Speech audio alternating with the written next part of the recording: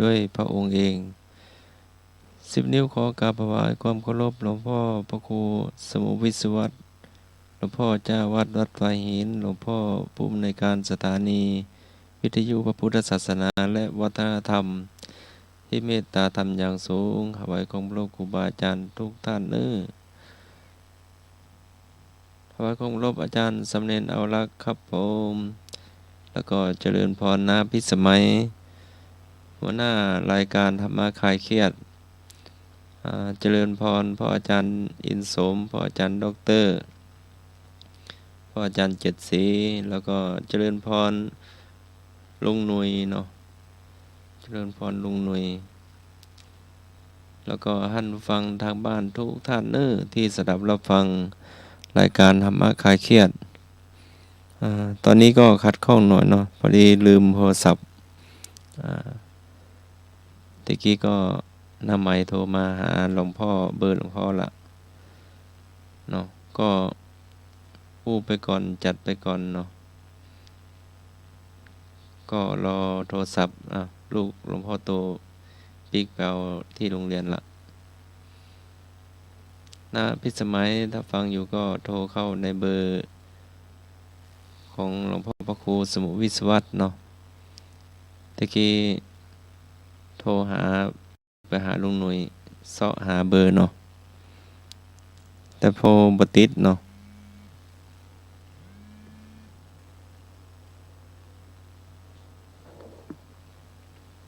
เจ้านาพิสมัยมาละเจ้าขอนอบน้อมแด่องค์สมเด็จสัมมาสัมพุทธเจ้าพระธรรมเจ้าพระสังฆเจ้าอันเป็นสรณะที่พึ่งของมหาทุกคนขอกราบไหว้สาพระครูปริยัติยานุศาสตร์ที่ปรึกษาเจ้าคณะอำเภอเมืองจังหวัดเจ้ากราบไหว้สาพระครูสมุวิศวัตรปรกิจโจผู้อำนวยการสถานีคลื่น104.50 เมกะเฮิรตซ์เจ้าวาดวัดป่าหินเจ้ากราบไหว้สาพระครูใบดิกาสมังญาณสีโลรองเจ้าวาดวัดป่าหินเจ้าเจริญพรนาพิสมัยแล้วก็ไหว้สาสามเณรเอารักประโยชน์นั้นนะเจ้าอาจจะฟังอยู่เนาะเจ้าอาจารย์ติดสักกรรมหนึ่งก็แล้วกันนะเจ้าแล้วก็สวัสดีหน่วยสว่างเมฆด้วยเจ้าสวัสดีพี่จานเจสสีตัวเจ้าวันนี้เนี่ยเจ้าวันนี้มีเหตุขัดข้องอาจารย์สมัครนี่มันตึงขี้ลืมวางไหนก็วางห้านถ้าไผ่มาเตือนนี่นะดูหมาสักเตือนแล้วใส่ในเอี้ยมมาเนาะแล้วก็วันนี้เขาจะมาฟังเพลงของระพินภูไทยเนื้อคุณผู้ฟังใครชอบระพินภูไทยก็เตรียมไว้กันแล้วกันนะเจ้าวันนี้ไอ้หนุ่ยก็ลืมเติมโทรศัพท์ยังดีที่ของข้าเจ้ามีอยู่เจ้าไหนเติมเนาะเจ้าท่านทำโปรโมชั่นเหรอเลยสั่งปุ๊บปั๊บแป๊บเดียวก็ได้ละถ้าทำเหมือนจ้างก็น่าแก่พวกเนอะเจ้าก็ช่วงนี้อาจารย์สมัครก็เปิดรายการไปแล้วเนาะเจ้าอาจารย์นรักก็ลาพ่ออาจารย์เจ็ดศรีก็ลามีงานเนาะทั้งเสาร์อาทิตย์เนาะก็อาจารย์เจ็ดศรีจะเข้ากี่โมงก็บ่ฮู้ตาหลวงพ่ออาจารย์เจ็ดศรีลาพ่ออาจารย์เจ็ดศรีลาลาเสาร์อาทิตย์วะก็จะมีงานต่องานก็งานดึกเนาะมีงานเนาะเจ้าติดงานแต่อาจารย์นรักก็ลาวันนี้พรุ่งนี้ลา เห็นว่าออกรายการอันแทนครูบาอาจารย์เนาะ ก็ตอนนี้ อืม รับพินภูไทย ตอนนี้อาจารย์สมัครพิมพ์เพลงเนาะดีบอกหลอกพี่เนาะลาก่อนความโกหก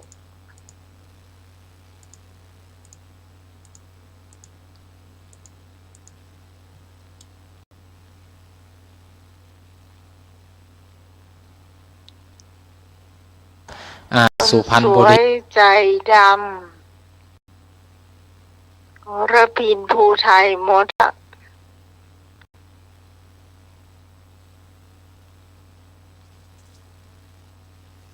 พี่บอกหลอกพี่ลาก่อนโกหก ความโกหก ลาความโกหก ลาก่อน ความโกหก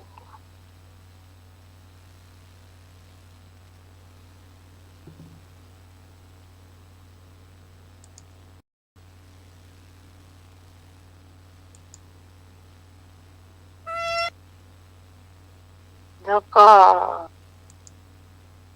คนสวยใจดำ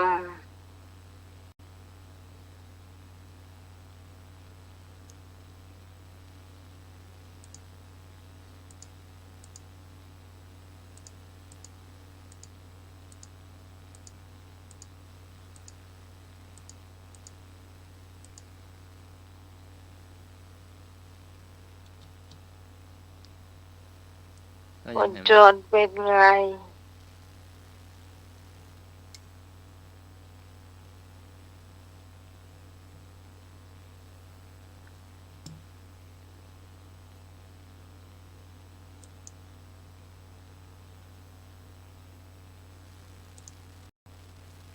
แล้วเจ้าคุณผู้ฟังท่านไหนคือเพลงได้ของระพินภูไทยนอกจาก4 เพลงนี้เจ้าโทรเข้ามาได้เลยเจ้า053 226 058เจ้า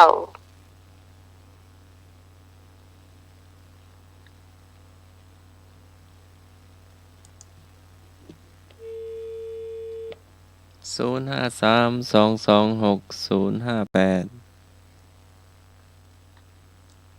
ของรับพินภูไทยเด้อ เจ้าสวัสดีมาขายแค่ทุกคน เจ้ายายพร ตั้งแต่สมัยตุยโดยเนรักกับอาจารย์นี่เด้ออาจารย์ เจ้า ที่สุดโดยอันยายจะเอาเพลงนี่เด้อปูไข่ไก่หลง ฮะ ปูไข่ไก่หลงอ่ะ ผู้ใครใครหลง มีว่ะ ของละพิมพ์ดูไทยนั่นแหละ มีว่ะ มีเนาะแม่ยาย นี่ทำไมนี่เอาเพลงตีวอกเราพี่ พี่ มี บ ม่ว อง กหล ข ว อง ง พี่ พี่มีแล้วยาย มีแล้วยายเอาอันไหน เอาเพลงให้ก็ได้รับผู้ใครใจหลงอ่ะ เจ้า ผู้ใครใจหลงมันเป็นของชายธงทรงพลไม่ใช่ เพลงผู้ไทยเพลงอย่างวะเจ้าก็ฟังเลยนะเจ้า ได้ยินเขา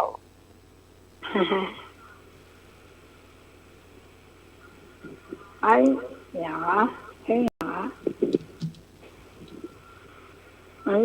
ไม่จะลืมแบบไปจุดไปหน่อยเดี๋ยว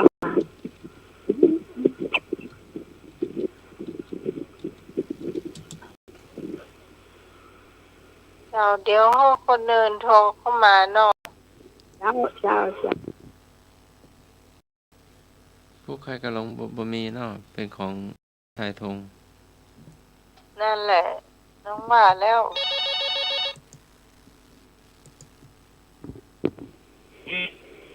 เจ้า เจ้าพี่ซองนะเจ้า เจ้าพี่ตอง เจ้าพี่ซองจะเอาเพลงชุมทางเขาชุมพร เออไอ้เนี่ยไอ้หนุ่ยชอบด้วยนะ เอาเพลงเนี่ยวันนี้สมาชิกยังมาหายไปไหนกันยมด โอ้อาจารย์สมัครมันลืมโทรศัพท์ นั่น ที่ใต้โทรศัพท์น้องอยู่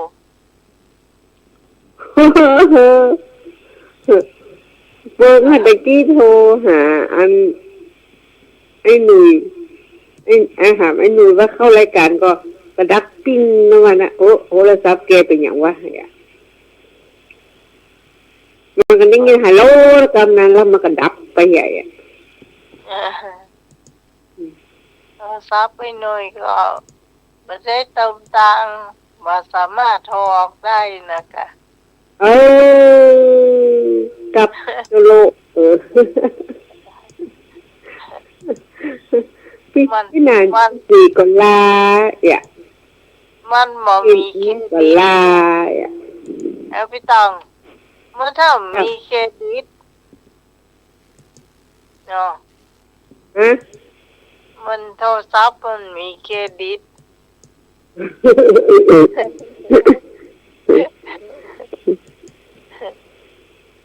เจ้า พี่ตองเคยได้เพลงเดียวอย่า เพลงเอาเพลงอย่างเห็นอ่ะ ไม่ต้องเพลงอย่างแม่ ชุมทางเขาชุมทร ชุมทางเขาชุบทองก้ะ เนี่ยเพลงเนี่ย เออ จากเธอที่ชุมทางเขาชุมพร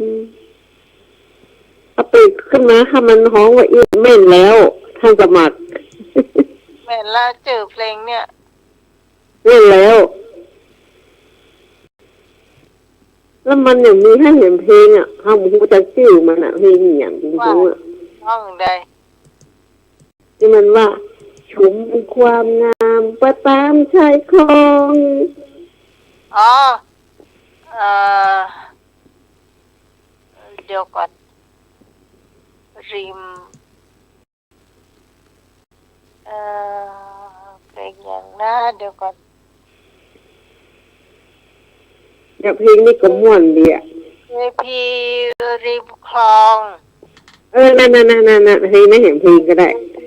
เทพีริมคลอง อะไรนะ เทพีริมคลอง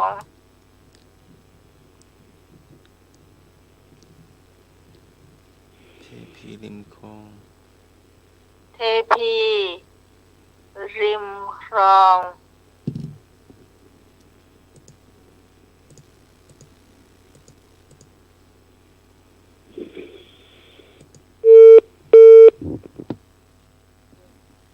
มาช่วยกันเลือกมา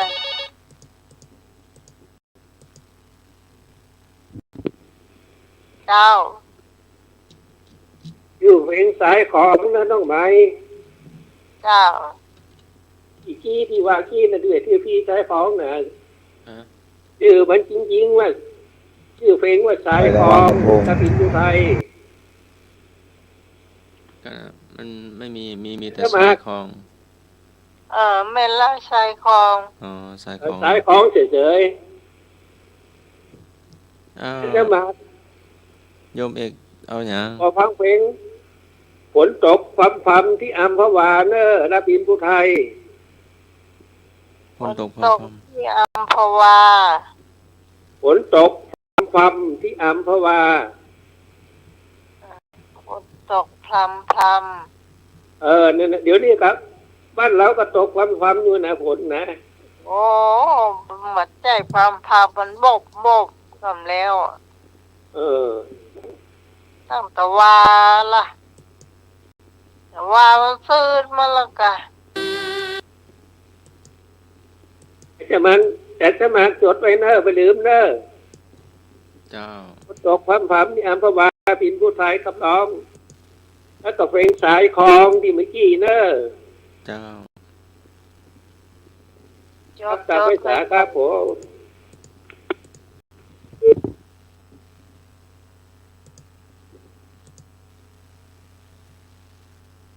พี่พี่สาวอารีออกมาเราเจ้าฟังเพลงอย่างของระพินภูไทย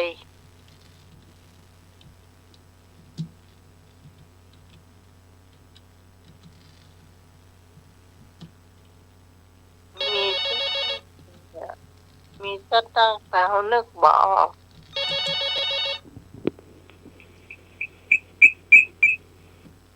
เจ้า จ้าน้องหมาย เจ้า ขอเพลงโทษคนอย่างเรา พ่อคนอย่างเราเหมือนกัน ว่าเอายังไม่พอเห็นเพลงเนอะ เอาสักเพลงเหรอ เอายังไม่พอ ยังไม่พอ เจ้า พ่อคนอย่างเรา เจ้า แล้วก็ยังไม่พอ เจ้า อันนี้แม่ ที่เพลงนั่นคือว่าฝนพรำที่อัมพวา ฝนพลับที่อัมพ อัม วา พวา เจ้า เจ้า อ๋อ เจ้าตะกี้นะได้ขอนะ เจ้า เจ้า เดี๋ยวมันจะทำเมื่อจันทร์สมัครเมาหัว ก็หาบป้านะฝน เออ เจ้า ดีมันช่วยกันกึดหน่อย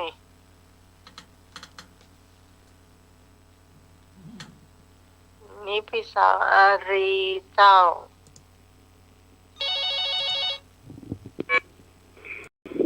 เจ้า เจ้าขอเพลงสระบุรีร้องไห้เจ้า สระบุรีร้องไห้ อันนี้จากไหนเจ้า เวลาเนี่ยเจ้า โอ้เวลาหันสันกับแปง เมื่อเราได้รู้ เวลา ได้กะเมินมาเกือหนึ่งอ่ะ วิทยุว่าดีก่อน โอ้โห โอ้ ใคร โห บุก วิท ได้ ยุว่าดีอ่ะ เขาได้ใหม่กา เจ้าเรียนนะเจ้า เจ้า เจ้า อันนี้ของแฟนรายการดั้งเดิมเลยเนี่ยเวลาเนี่ยเมื่อขนาด เจ้า จ้าพี่กรณ์จ้ามัสการพระครูใบติกาสมาจานะสีโลค่ะ เจริญพรแม่ก่อน ตัดดินนั่งไหนนะจ๊ะ เจ้า อะไรเดี๋ยวพี่บอก3 เพลงเนาะเพลงเรนูอยู่ไหน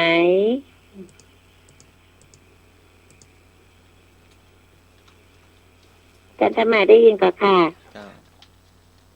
เลนูอยู่ไหน แล้วก็เอาคำว่ารักของเธอคืนไป เอาคำบาลัก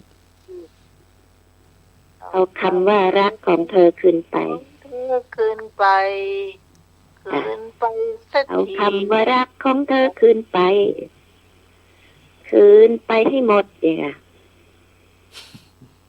แล้วก็มีเพลงใต้เพลงตลกเพลงมันชื่ออีแมะ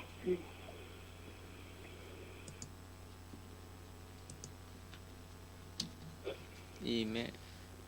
จ้ะ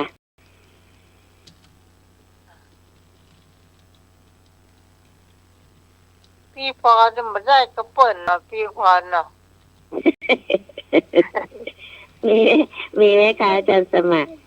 เจ้ากำลังหาย นี่นะ 3 เพลงแล้วเดี๋ยวให้คนอื่นเลือกบ้างเนาะ เจ้าแม่ จ้าขอบคุณนมัสการค่ะ พี่พรป่าเศร้านี่กึดว่าลูกนี่นะมาเกิดไผเกิดลูกออกมาวันนี้เพลงยาวเหยียดแล้ว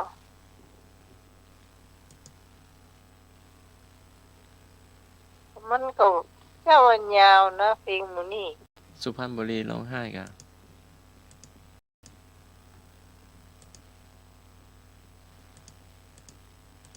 ไอ้ว่าสักเตือ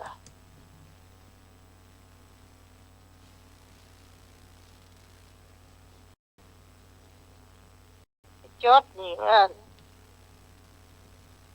จดจดแบบกวดวัดอ่ะ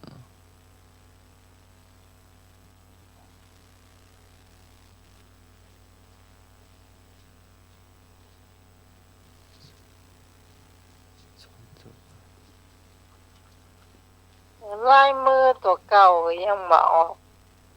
อ่านบ่ออกแล้วพายไปอ่านออก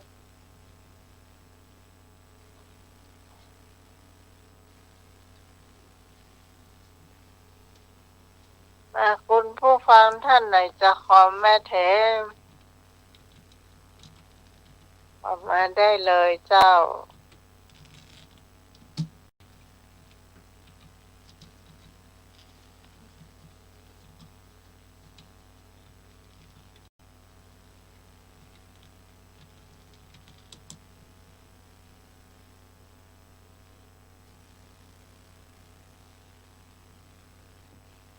0532260058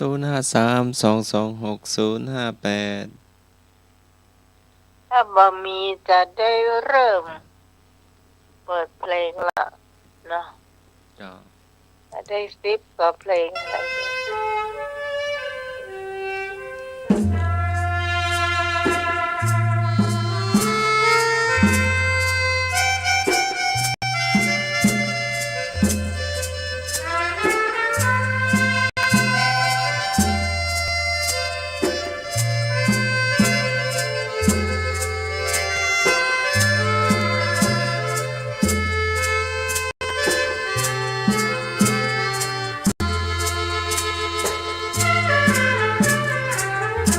พี่ปลูกเรือนหอเฝ้ารอคนงามตั้งแต่เดือน3 ปีมาแม่เฝ้าแต่คอยหาใจเจ้าไม่แน่สิ้นปีมาแม่แล้วยังไม่มาสัญญากันไว้ไม่เป็นสัญญาพี่หลงคอยท่าอยู่หน้าเรือนหอเจ้าเกิดปีไหนยายจึงหลอนหลอกคงเกิดปีวอกเธอจึงหลอกพี่ได้ลงคอน้องคนปีวอกเจ้าจึงได้หลอกพี่คนปีจอให้แต่งวันไหนแล้วยายให้รอนัดไว้ปีจอเดือน7 วันจันทร์เดือน7 ปีจอที่รอสัญญาสาวชาวบ้านนาที่ยายไม่น่าจะมาหลอกกันพอสิ้นเดือน7ฝนขาดเม็ดลงไม่กี่วันไอ้หนุ่มบ้านเนื้อลงเรือมามันมาหลอกลวงกันเจ็บใจเจ็บใจพี่ปลูกเรือนหอเฝ้ารอคอยเกิดเพราะพี่มันเซ่อเธอจึงหลอกแม่ดอกมาไฟรักกันหลอกเชื่อคนปีวอกช้ำใจช้ำใจจะจำจนฟ้าและดินสิ้นไปหญิงใดปีวอกจะหลอกแก้ตั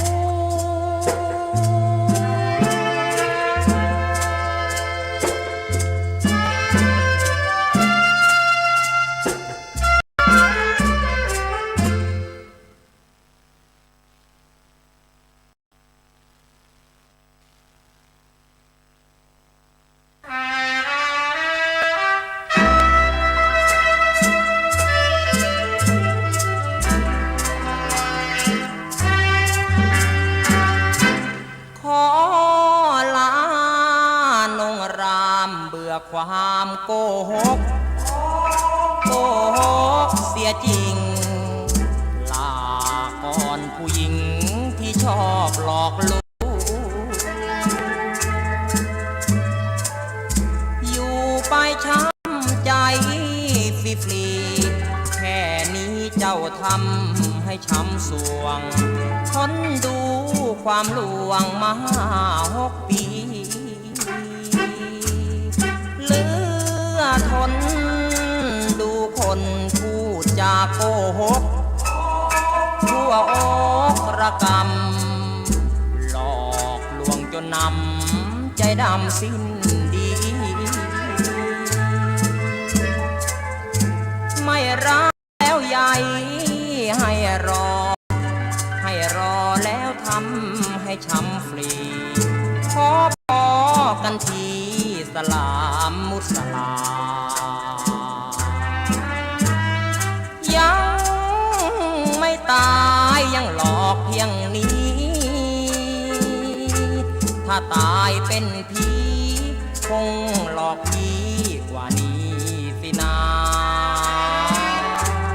ปลาไหลว่าลื่นลูกปืนว่าไว้ยังอายการด่าที่ดุที่ในป่าช้ายังกลัวแก้วตาหลอกลวงขอลาหน้ามนเกลียดคนโกหกเจ็บอกเจ็บใจอยู่ไปไม่ไหวหัวใจจะกลัวหลอกเราให้รอบอกพอสักคำเธอความลวงลบชื่อพุ่มพวงด้วยสยนารา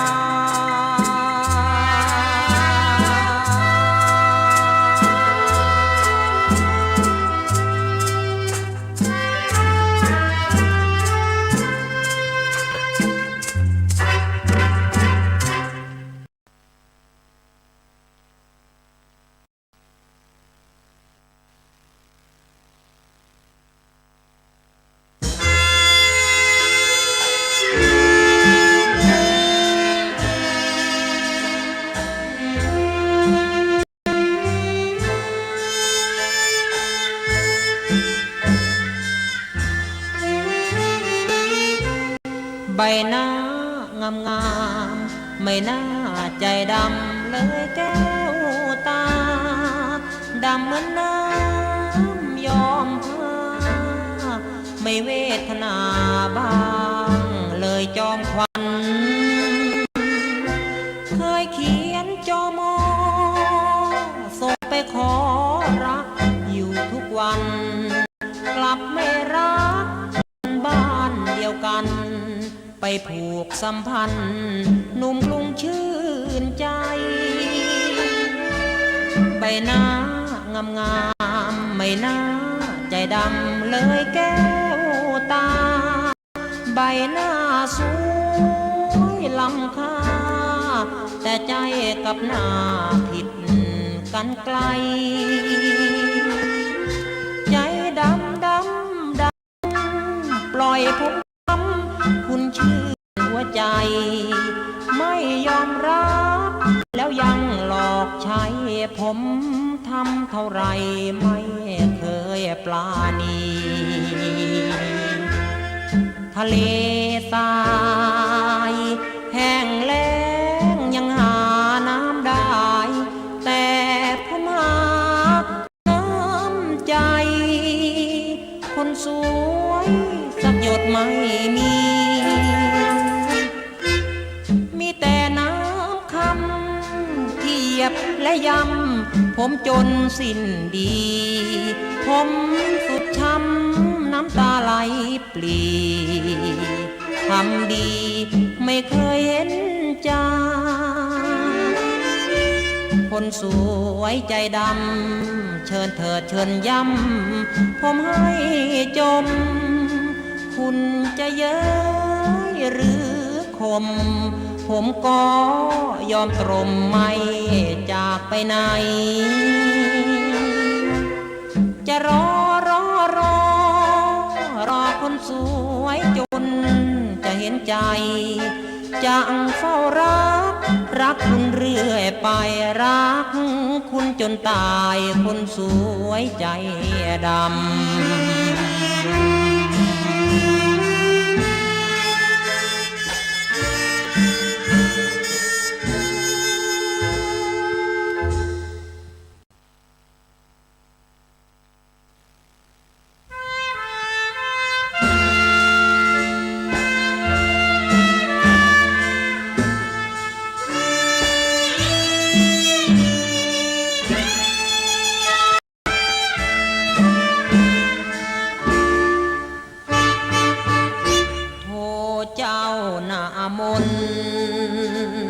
คนจนเจ้ารักไม่ได้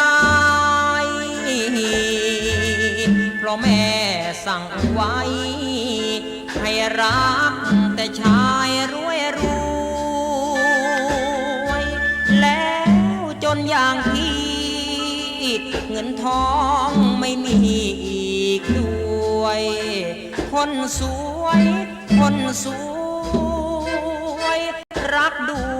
รักด้วยสักคนรักที่คงฟ้าวไม่มีดาวและมีบังสาวเจ้าจึงชังไม่รักพี่คนจนสองหูของแม่คอยฟังเสียงแตรรถยนต์คนจนเดินริมถนนน้องเบนหน้าเมืองแปลกจริงผู้หญิงชอบคนรวยไม่หล่อไม่สวยจะแก่เท่าไรขอให้มีเงินรูปหล่อจนเธอบอกไม่สนไม่ควรผู้เดินรักคนโสเธอกลัวโง่เกินหายใจเป็นเงินคนจนปวดใจโทเจ้าหน้ามนคนจนเจ้ารักให้โง่รักที่อดโซว่ารักเอามาทำไมได้ยินน้องว่าพี่นอนภาวะร้องไห้ทำไมคนจนเป็นไงหรือไม่ใช่คน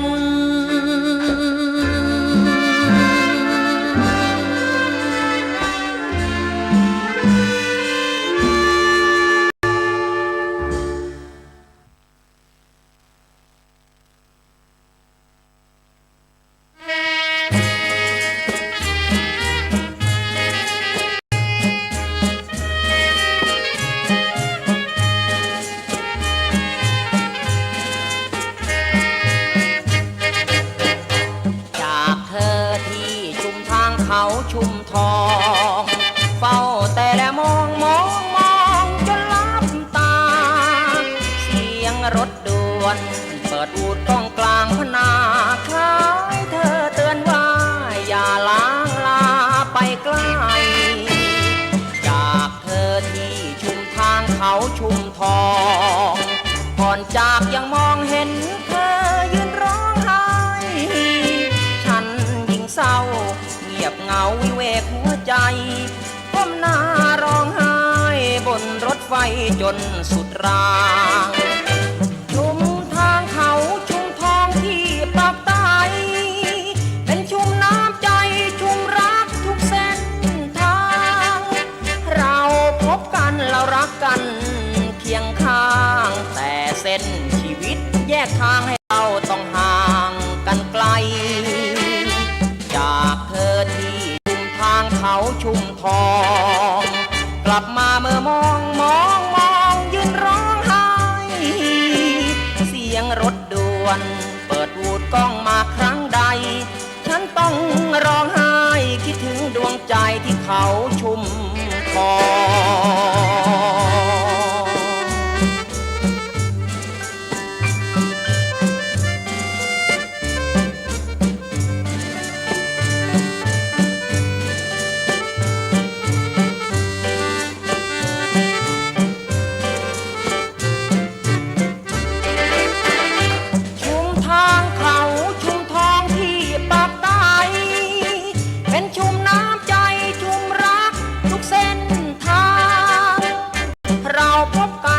รักกันเคียงข้าง แต่เส้นชีวิตแยกทางให้เราต้องห่างกันไกล จากเธอที่ชุมทางเขาชุมทอง กลับมาเมื่อมองยืนร้องไห้ เสียงรถด่วนเปิดวูดก้องมาครั้งใด ฉันต้องร้องไห้คิดถึงดวงใจที่เขาชุมทอง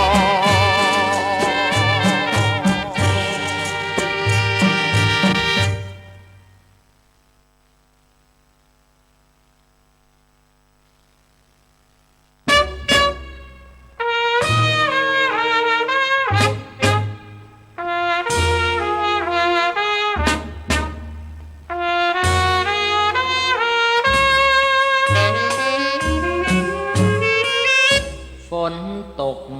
พรำที่อัมพวา พี่ลองแพมาพักนอนเมื่อตอนเย็นวา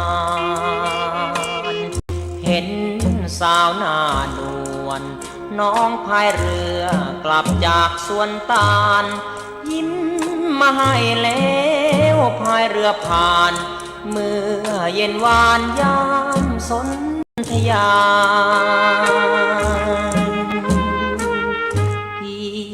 จอดแพคอยลอยกลางสายชน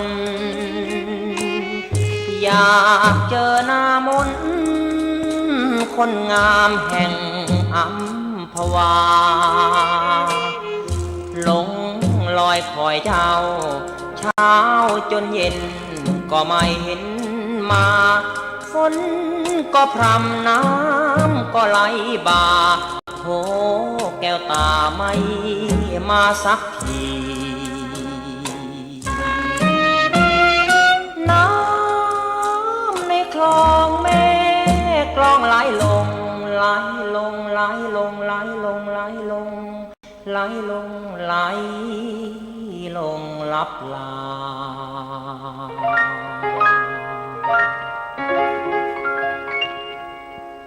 เฝ้าแต่หาแต่วาสนาริบลี จากอัมพวามาเหมือนคนหัวใจไม่มี นอนฝันค้างอยู่กลางนาทีบุญไม่มีเจ้าจึงไม่มา ฝนตกพรำต้องจำฝืนทน ด้วยนอนหลบฝน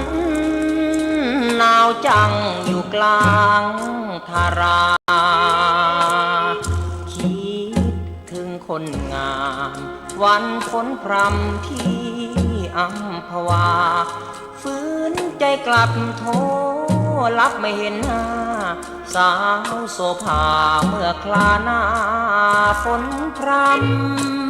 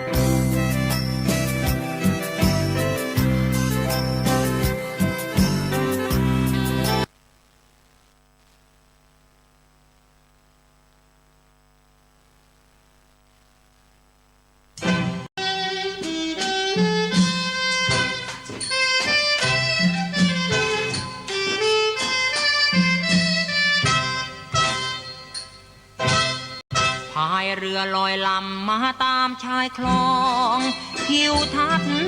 น่ามองอยู่ริมสองฝั่งซบตาสาวน้อยรอยชังเธอสวยจังนั่งอยู่ริมฝั่งคลอง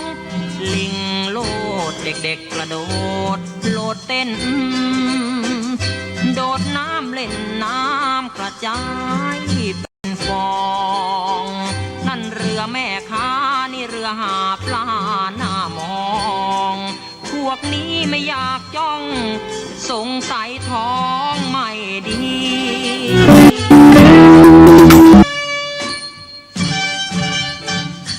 น้ำไหลใสกระเซ็นเป็นละลอกนกคูเคล้าเย้าหยอก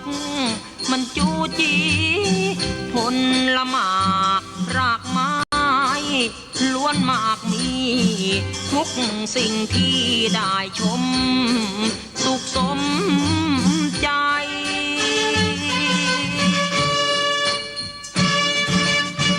ชมความงามมาตามชายคลองคนนี้น่ามองเสียนี่กระไรผิวขาวยิ้มช่างบาดใจหล่อนไม่ใช่ใครเป็นเทพี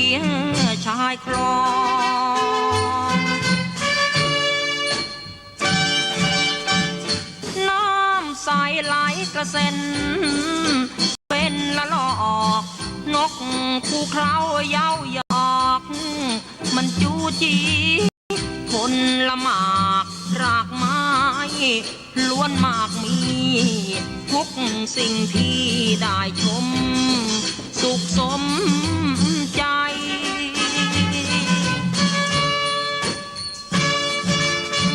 ชมความงามมาตามชายคลองคนนี้น่ามองเสียนี่กระไรผิวขาวยิ้มช่างบาดใจหล่อนไม่ใช่ใครคงเป็นเทพีชายคล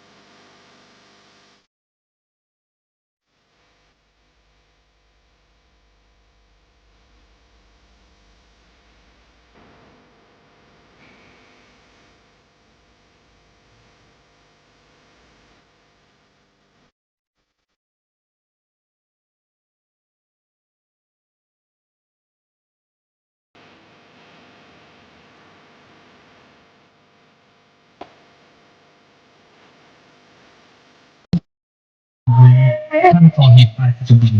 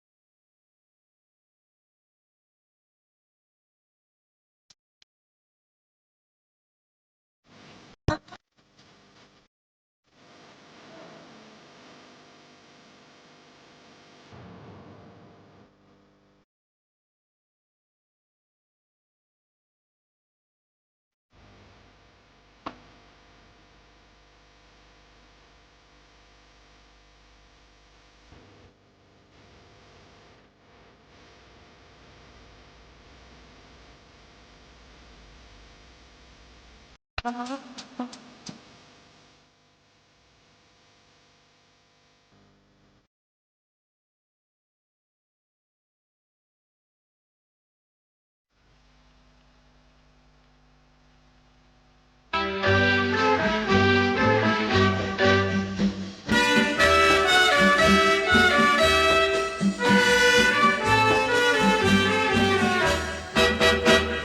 ยดวันที่1 ธันวาเพราะวันนี้นะเป็นวันหลอกลวง สัญญากันไว้ยกหากใครโกหกให้ตายได้โรคทองร่วง ปีใหม่บอกจะให้พี่ควงไม่ทันปีใหม่พุ่มพวงก็หนีไปควงผู้ชายพูดกันไม่ทันข้ามคืนฉันตรมสุดฟื้นเห็นเธอยืนกอดใครไม่ทันจะข้ามวันเล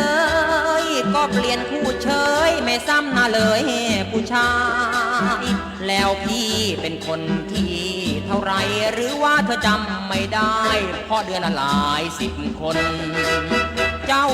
บอกกับพี่ว่ารักโอ้ยสาบานให้เจ้าหักคอหากใครลวงล่อให้เจ้าหักคอพี่ปนพี่ลืมไปว่าเจ้าก็ตายเสียหลายคนเพราะหลงเสน่ห์เล่ห์คนเลยโดนหน้ามนต์หักคอเกลียดจริงผู้หญิงหลอกลวงเช้าควงเย็นควงจะเอาคนไหนกันละนอพี่รอเจ้าจนเจ็บอกจะคนละโกหกเลยกลายเป็นโรคลวงล่อรอเนื้อเย็นจนหน้าจะเป็นตัวรอเพราะน้องไม่เขียนตัวพอเขียนแต่ตัวทุกวัน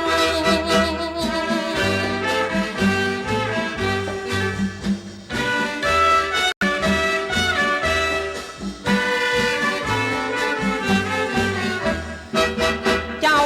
บอกกับพี่ว่ารักโอ้ยสาบานให้เจ้าหักคอหากใครรวงล่อให้เจ้าหักคอปีปนพี่ลืมไปว่าเจ้าก็ตายเสียหลายคนเพราะหลงเสน่ห์เล่ห์คนเลยโดนหน้ามนต์หักคอเกลียดจริงผู้หญิงหลอกลวงเช้าควงเย็นควงจะเอาคนไหนกันละนอพี่รอเจ้าจนละเจ็บอกจะคนละโกหกเลยกลายเป็นโรคลวงล่อรอเนื้อเย็นจนหน้าจะเป็นตัวรอเพราะน้องไม่เขียนตัวพอเขียนแต่ตัวอ้อทุกวัน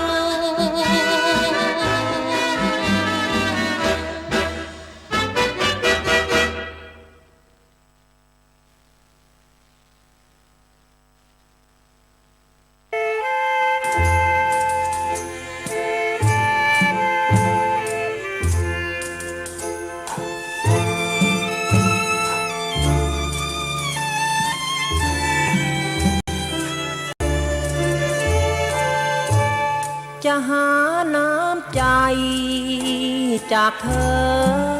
คงจะไม่มีเพราะรู้แก่ใจได้ดีไฟไหม้บ้านที่เธอยังไม่แลเสียงไฟลุกคือข่าวคนลือกันจนเซ็งแซ่แค่อ่างทองน้องยังไม่แลใจดำจริงแม่สาวในตาคมที่นอนศาลาเววาน้ำตาร่วงหล่นรอรับแรงใจจากคนด้วยใจช้ำมนหมองใจสุดตรมน้ำใจช่างดีแต่ไม่มีสาวในตาคมเจ้าไม่มาหาคนทุกตรมความหวังจึงล่มแสนตรมหรือดีน้ำท่วมอ่างทองบ้านน้องนุ่งครานที่ยังสาปิดร้านช่วยน้องคนข่าวของนี้ถึงคราวพี่ชายโดนไฟไหม้สระบุรียังหยดน้ำใจก็ไม่เห็นมี จะไม่ให้พี่น้อยใจน้อยใจ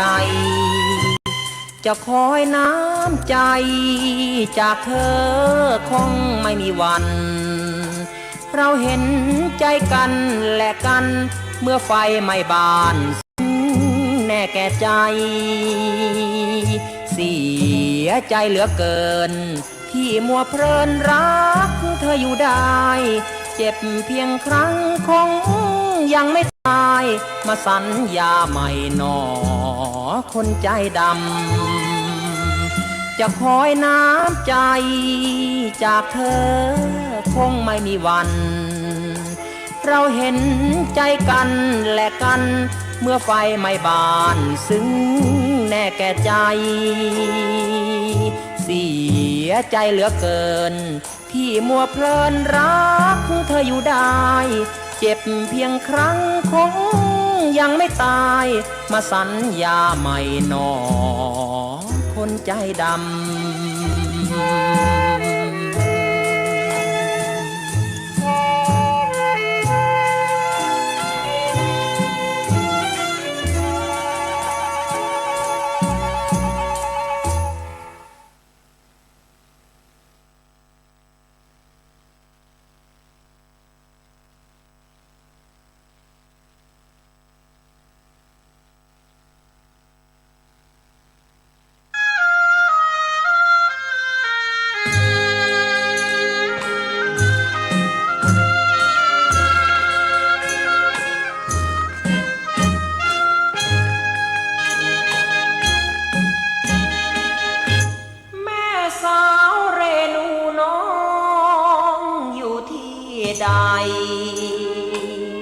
ได้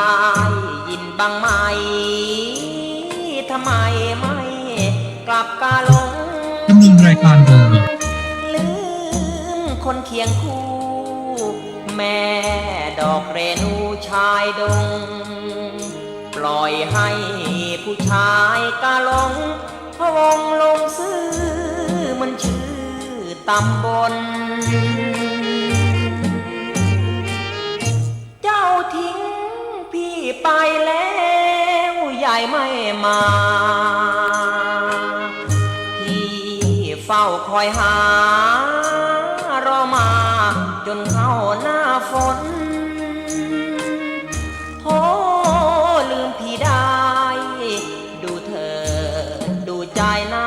มนกลับมาหาพี่อีกคนที่เหลือจะทนคิดถึงเรนูเจ้าอยู่แห่งไหนทำไมถึงจึงไม่มาพี่เที่ยวตามหาถามใครก็บอกไม่รู้วอนข่าวชาวบ้านช่วยออกข่าวเรียกสาวเรนูว่าคนกาหลงนั้นคงรออยู่รอสาวเรนูเบญจวรรณแม่สาวเรนูน้องอยู่ที่ใดโปรดส่งจดหมายใกล้ๆจะไปทางนั้นจะจนที่ก็จะทนกัดฟันสองแขนพี่แทนเงินพันจะพายสะปันรับควันเรนู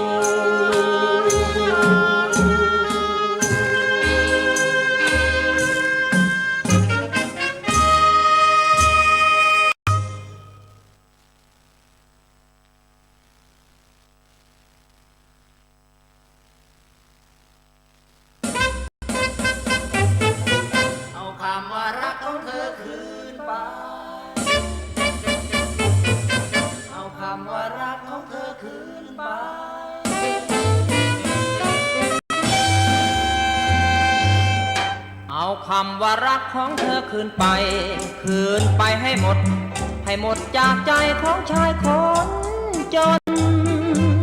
อย่าให้มันเหลือเยื่อ ใหญ่เอาไปเอาไปเอาไปให้พ้นมีแฟนคนจนน้องกลัวอดตายเอาคำว่ารักของเธอคืนไปเสียทีได้แฟนอย่างพี่น้องไหนบอกว่ารักพี่เดี๋ยวนี้คงมีคนรวยมันหมายเจ้ากลัวจะอายรักชายคนจนเอาหัวใจของพี่คืนมาแล้วเชิญแก้วตามาเอารักไปให้พ้นอย่าให้เหลือเยื่อใยกับชายคนจนเอาไปให้พ้นอย่าให้หล่นอยู่บนหัวใจเอาคำว่ารักของเธอคืนไปเสียทีอย่าปล่อยให้พี่งงต่อไปเพราะสุดจะช้ำมองมนแค่นี้ก็ทนจนแทบไม่ไหวเอาไปรักไม่แน่นอน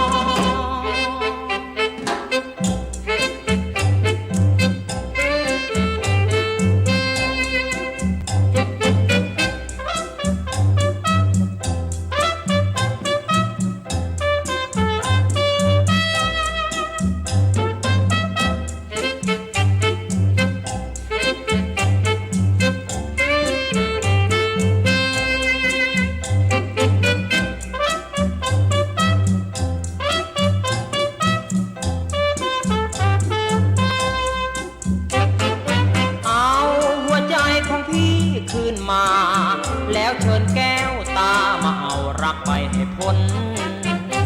อย่าให้เหลือเยื่อใยกับชายคนจนเอาไปให้พ้นอย่าให้หล่นอยู่บนหัวใจเอาคำว่ารักของเธอคืนไปเสียทีอย่าปล่อยให้พี่งงต่อไปเพราะสุดจะช้ำมองมนแค่นี้ก็ทนจนแทบไม่ไหวเอาไปรักไม่แน่นอนเอาคำว่ารักของเธอคืนไปเอาคำว่ารักของเธอคืนไป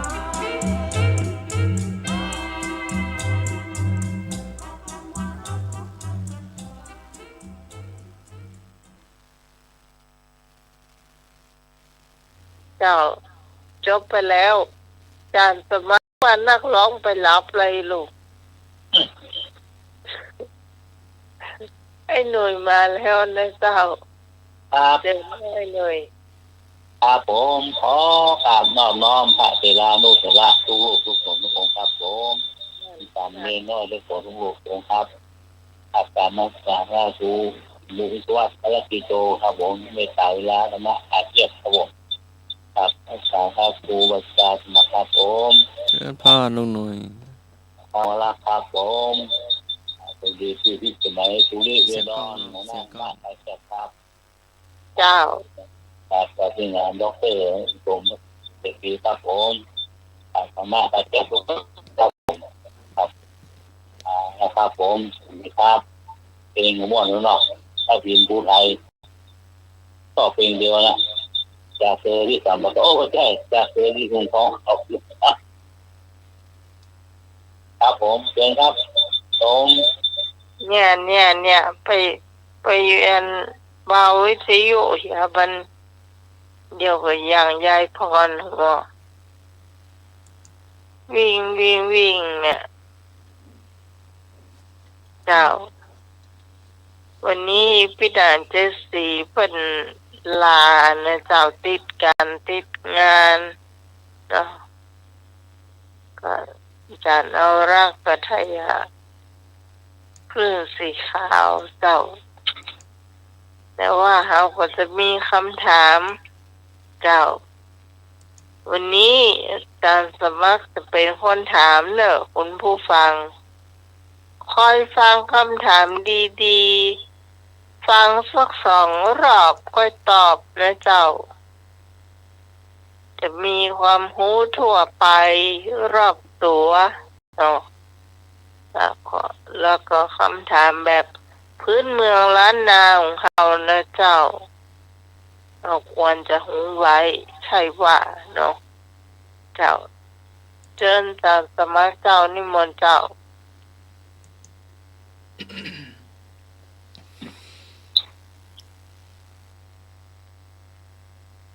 รใครคือผู้สถาปนาเมืองเจียงใหม่เป็นราชธานีของอาณาจักรล้านนาในปีพ.ศ.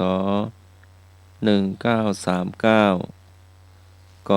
พญางำเมือง ขอพญาคำพญามังลายข้ามขอไข่เนาะคอพญามังลายงอพระเจ้าติโลกราช ใครคือผู้ทรงสถาปนาเมืองเจียงใหม่ขึ้นเป็นราชธานีของอาณาจักรล้านนาในปีพ.ศ. 1939กพญางำเมืองคอพญามังลายงอพระเจ้าติโลกราช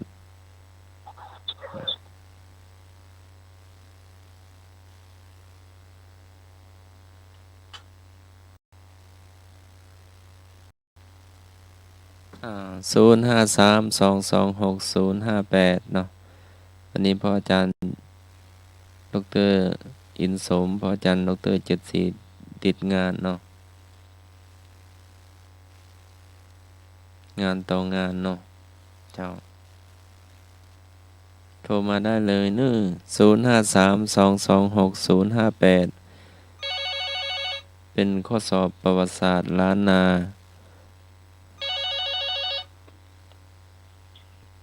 เจ้า ไปก่อนปู่แล้วก็เอาพญาเมงรายจ้ะ พยาแมงลายแม่ก่อนเนาะ เจ้า ดำน้ำหรือว่าตอบจะได้ไหมได้หมดเนาะถูกผิดว่ากันเนาะ พี่ถูกว่ากันเจ้า เจ้า กล่าวภาษาพระอาจารย์สุข พระอาจารย์พระครูสมุวิศวัตวราภิโจผู้อำนวยการสถานีคลื่น104.50 เมกะเฮิรตซ์เจ้าวาดวัดไฟหินเจ้ากราบไหว้สาพระครูใบดิกาสมัครยานสิโรรองเจ้าอาวาสวัดไฟหินเจ้า เจริญพรแม่พร สวัสดีน้องใหม่เจ้า เจ้าสวัสดีเจ้า สวัสดีลุงหนุ่ยเจ้า ครับผมเดี๋ยวข้าพรครับ สวัสดีพี่ตาล74นะเจ้า สวัสดีธรรมะคลายเครียดทุกท่านพี่พรต่อพญามังรายนะเจ้า แม่เมืองลายเนาะ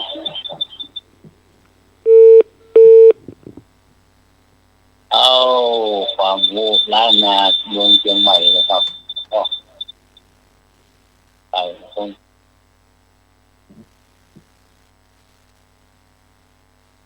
ครับเชียงใหม่ล้านนาก่อนเป็นล้านนาแล้วมาเชียงใหม่ ถ้าบ่มี ขอถวายความ ก็ โอ้ย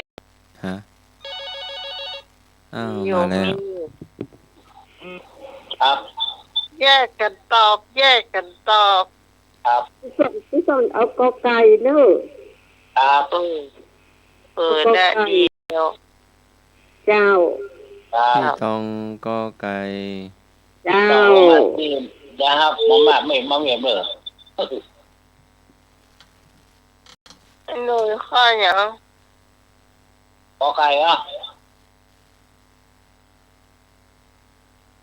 อย่าง แกงลายขอไก่เนาะ อืมอย่างงามเมือง อ๋อ ก็ไก่นี่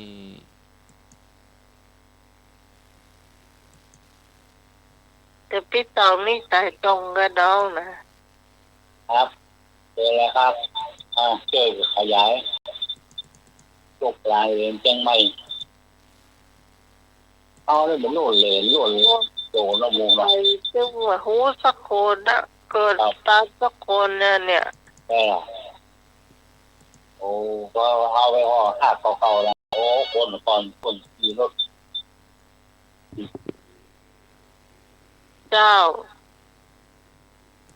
จะเอาพญางามเมืองเนอะ ครับยางงามเมืองเนาะครับ ก็เป็นทหารกันนะ อ๋อ ขุนร้ายก็ขุนเมืองร้าย ครับ อย่างงามเมืองคนเป็นคนที่พะเยานะถ้าเกิด โอ้ ก็ขุนน้ำข้ามแหง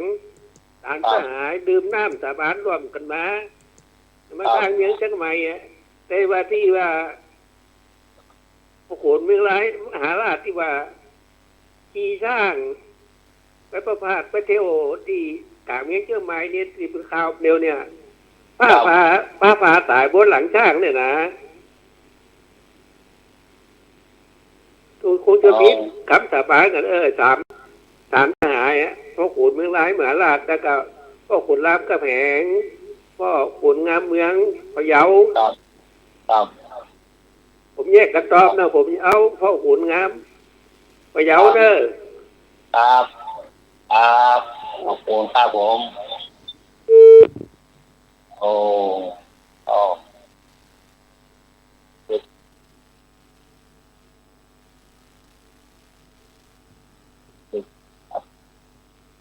นี่ตัวที่ ฟั สาง ม ข้อไหนใครจะได้ตอบ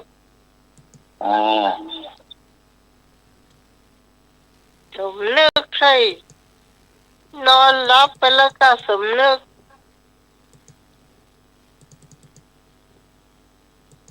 ได้สบาย มีฝนซ้ำตกเย็นเห็นนะครับ ไปการนี่หรอกไปทางหัวหน้ามาแล้วเนอะพ่อ วิทยุไอ้หนุ่ยอะมันอ่อนอ่ะ นี่ไงดีอ่ะจะดีแล้วนะ ไม่เปิดดังหรอก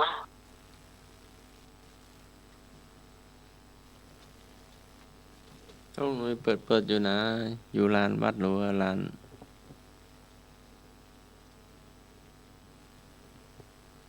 แล้ววิทยุเครื่องนั้นมันดูด จะเงียบแล้ว ครับ บินหน้า ดั ไป งหรอ ก็ได้เบาได้เนาะ ครับ หมดแล้วเนาะ เนี่ยปีหน้าไปทางพ่อขุนงามเมืองวะ อันยังมีอยู่ มี มีเหรอ จ้า เนี่ยมันนะ ไม่แก่เพียน ใครคือผู้ทรงสถาปนาเมืองเจียงใหม่ขึ้นเป็นเอกราชของอาณาจักรล้านนาในปีปีพศ1939ตอบพญามังลาย โอ้อย่ามังลาย พญามังลายทรงสถาปนาเมืองเจียงใหม่ขึ้นในวันที่ 12 เมษายน พศ 1839 โดยพระราชทานนามว่านพบุรีศรีนครพิงค์เจียงใหม่ ให้เป็นราชธานีเป็นศูนย์กลางอาณาจักรล้านนา โดยเลือกชัยภูมิ บริเวณราบลุ่มระหว่างดอยพระธาตุดอยสุเทพและแม่น้ำปิง โอ้ก่อนในผมที่มีดาวโรงระเทียมเนาะต้น ใกล้ แสง น้ำไว้ก่อน ฮะ เพราะสมัยก่อนก็อยู่ใกล้น้ำไว้ก่อน ครับต้นแสงเมืองเชียงใหม่เนี่ยสี่เหลี่ยมจักรพอดีล่ะ โอ้เลือกภูมิตีแต่แน่เนาะ ครับ มีแม่น้ำมีภูเขามี ที่ราบลุ่มเนอะ ครับแล้วคนแสงไม่สี่เหลี่ยมพอดีอ่ะกลางเมืองอ่ะโอ้จริงแกนอกเมืองก็มันจะมีหงทางนี่เนาะเป็นต้นไม้ต้นตอกต้นสักตักเดี๋ยวผมจะเลินแล้วนะเป็น ข้อต่อไปเลย ข้อต่อไปเนาะเดี๋ยวจะดูข้อ 2 พ่อเหตุใดพญามังรายจึงทรงย้ายศูนย์กลาง และสร้างเมืองเชียงใหม่แทนที่จะใช้เวียงกุมกามเป็นราชธานีต่อไป ก็เกิดโรคระบาดครั้งใหญ่ในเมือง ขอเวียงกุมกามประสบปัญหาอุทกภัยน้ำท่วมบ่อยครั้ง ขอพื้นที่แคบเกินไปในการขยายกองทัพ งอ ต้องการหนีการลุกลานจากอาณาจักรสุโขทัยเพราะเหตุใดพญามังรายจึงทรงย้ายจากศูนย์กลางและสร้างเมืองเชียงใหม่แทนที่จะใช้เวียงกุมกามเป็นราชสถานีต่อไป ก็เกิดโรคระบาดครั้งใหญ่ในเมือง ขอเวียงกุมกามประสบปัญหาอุทกภัยน้ำท่วมบ่อยครั้ง ขอพื้นที่แคบเกินไปในการขยายกองทัพ งอต้องการหนีการลุกลานจากอาณาจักรสุโขทัย น่าจะเป็นกอไก่ น้ำท่วมบ่อยครั้งครับผม ครับมีน้ำท่วมเนาะครับ น้ำท่วมบ่อยครั้งเลยย้าย แต่เอกน้ำมีน้ำท่วม แต่น่าจะเอาโรคภัย ผมเอาที่แคบ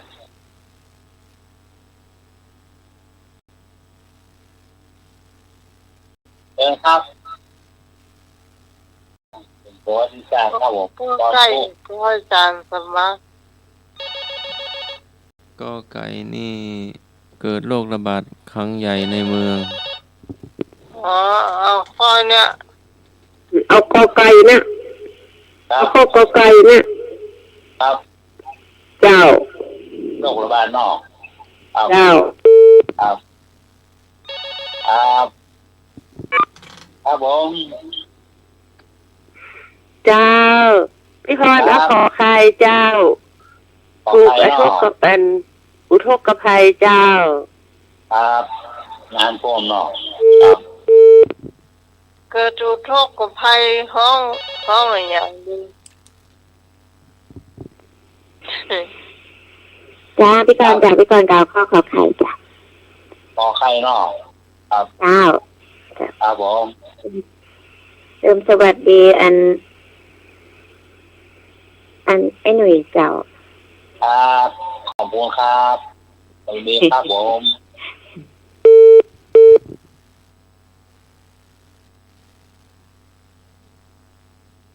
เชิญครับ แล้วไปต้องแถม ต่อหัวเนอร์ปฏิศาสตร์เชื่อขยายทุกอย่างเลยได้ฟังครับไม่ผิดไม่ถูก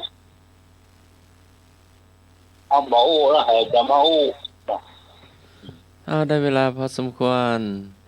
อ้าวขยาย เพราะเหตุใดพญามังรายจึงทรงย้ายศูนย์กลางจากการสร้างเมืองเชียงใหม่แทนที่จะใช้ในเวียงกุมกามเป็นราชธานีตอบเพราะเวียงกุมกามประสบปัญหาอุทกภัยน้ำท่วมบ่อย เอ่อน้ำท่วม กับเป็นพวกตับเดียวเนาะ มันท่วมด้วยข้าวเดียวหรอ เออ เพียงคอว่ะก่อนสมัยก่อนให้ท่วมหนักหนอก ว่า ท่านบริตัดต้นไม้ก็ ครับ หรือว่าท่านมโหเนาะมันสมัยก่อนต้นไม้ก็นักแล้ว ครับ ต้นไม้ต้นตอกมีแต่ต้น สมัย หลวงๆ นั้ นะ นดูสมัยก่อนยังท่วมสมัยนี้ก็ยังท่วม ใต้น้ำเนาะท่วมอยู่ เว้นปีเนาะเว้น ครับ ปีหลายปี ต้นไม้ต้นตอก งานนะ จะอุดมสมบูรณ์เนาะ ครับงา อุ น ดมสมบูรณ์ ก็ต่อไปเลย ครับ ข้อ 3 กษัตริย์องค์ใดแห่งราชวงศ์มังลายที่ทรงเป็นอัครศาสนูปถัมภกคนสำคัญและโปรดให้มีการสังคายนาพระไตรปิฎกขึ้นครั้งแรกในประเทศไทยที่วัดเจ็ดยอด ก็พญาเมืองมาพญาแสนเมืองมา ขอพระเจ้าติโลกราช ขอพญาแก้ว ขอพญาเมืองแก้ว ถามว่ากษัตริย์องค์ใดแห่งราชวงศ์มังลายที่ ทรงเป็นอัครศาสนูปถัมภก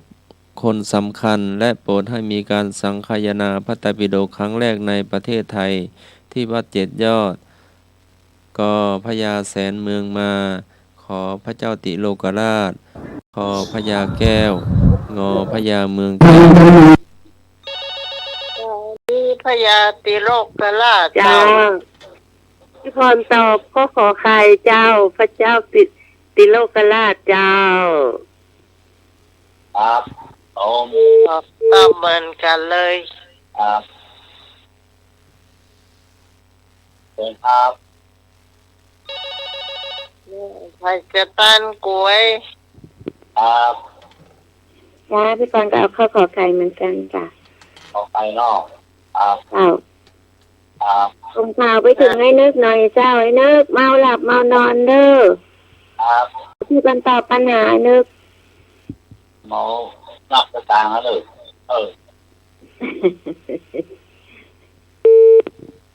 นับกระตางมาเลยเนอะไม่มีข้าวปลาแล้วไง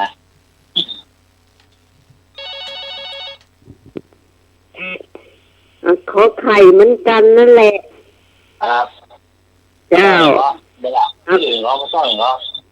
ก็หมู่ห้ามันหมู่ผาบี้ผมก็ต้องไปแตะผาบี้ตะกันนะกะ หมอไปก็กินย่าไง ส่งว่าอะไรโอ้เขานี่มาค่าละเมินไปเป็นผาบี้ปฏิติแล้วก็ยังมาคบอยู่นะครับ ผมเจอแล้วครับไม่ผิดไม่ถูกอยากความรู้ครับโอ้ประวัติศาสตร์เมืองละนางเป็นไงใจเลย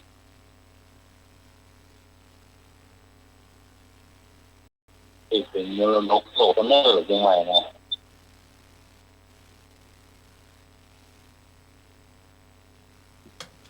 ได้เวลา ได้เวลา พระเจ้าติโลกราช ก็ไม่ ลงมือถูกต้อง พระเจ้าติโลกราชอยู่วัดป่าแดงมหาวิหารเนาะ ครับ ฟังได้หน่อยมาเฮายังเหมือนได้ยินเลย ไม่ใจเฮ้ยตอบในใจนี่มันต้องโดนเฉลยเบยไปกะ ครับแล้วเนาะ ต่อไป ก็เข้าใจว่ามันเมินแล้ว ข้อที่สี่อาณาจักรล้านนามีความสัมพันธ์อันดี และทำสัญญาไมตรีสัตยาบันร่วมกันสามพระองค์ได้แก่พญามังลายพญางำเมือง และอีกท่านหนึ่งคือใครก็พญาลิไทย ขอพ่อขุนรามคำแหงมหาราช ขอพ่อขุนผาเมือง งอพญางำเมือง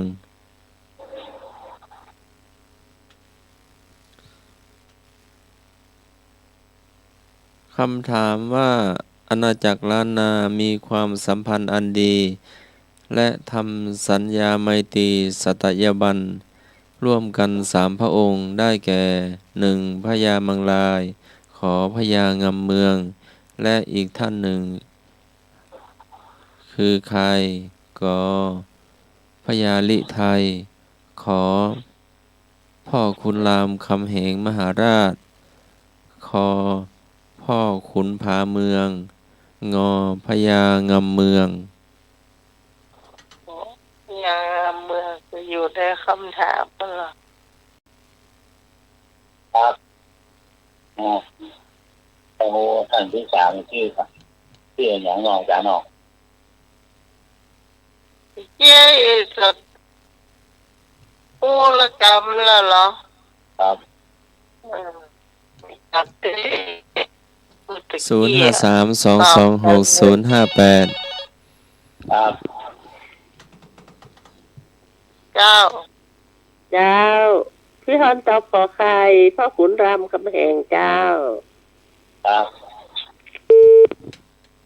ขอใครต้องให้เก่งนะแม่ ถ้ามันมาแตกก็ต้องต้มเนาะ ครับ ขอใครเด้อพ่อขุนรามคำแหงมหาราชนั่นเน้อ ครับผม เจ้า ครับนี่หัวเนี่ยมาเรียนบริษัทเลยเนี่ยในการเป็นเหนือนะบ้านเรา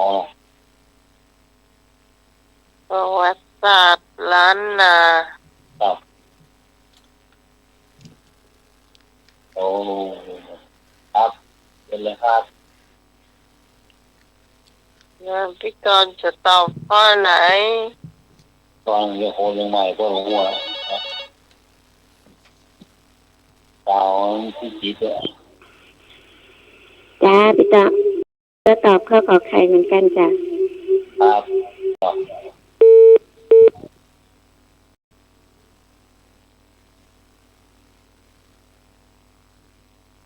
ครับผม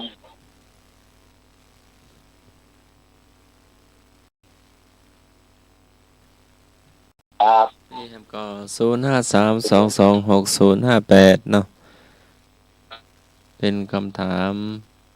ประวัติศาสตร์ล้านนาของเราเนาะ ครับผม จะได้รู้บรรพบุรุษบรรพชน ครับ ที่อุทิศตนเนาะ ครับผม จนได้มีบ้านมีเมืองได้อาศัยเนาะ มีเอากินน้ำเนี่ยเอากินน้ำที่เป็นโค้งโค้งเนี่ยเนาะน้ำบ่อที่เป็นโค้งโค้งเนี่ย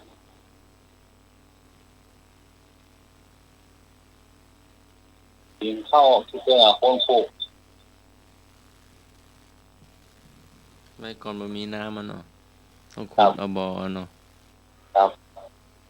กินน้ำบ่อเราต้องคิดถึงโค้งโค้งกินข้าวที่เป็นโค้งโค้ง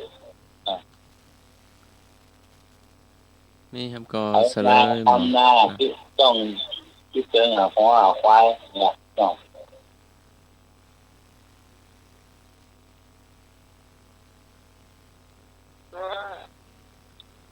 ก้อนนั้นน่ะ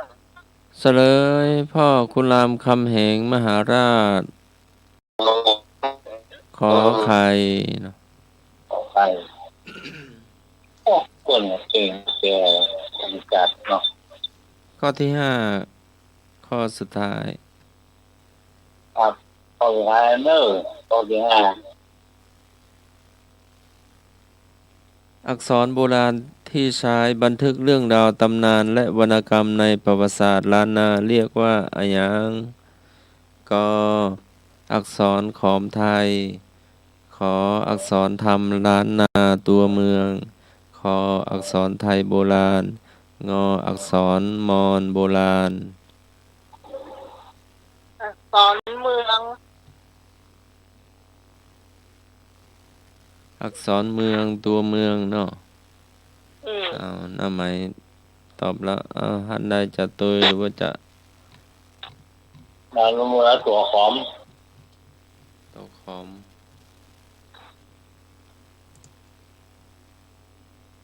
เลยครับ 0532260058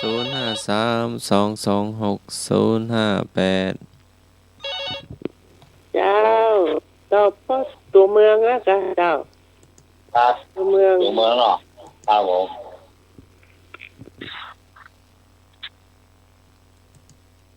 ไปจะตัวไอ้หนุ่ยก็ได้เนาะ ครับ แล้วก่อนระวังยาแผลแดงเนาะ ครับ เจ้าเอาตัวเมืองนะเนาะ ครับตัวเมืองเนาะ เจ้า ตัวเมืองหางานมาแล้วเนาะ ไปมาเหลือ3สาวอะ สาวขึ้นสาวลงเนาะอะไรเนาะ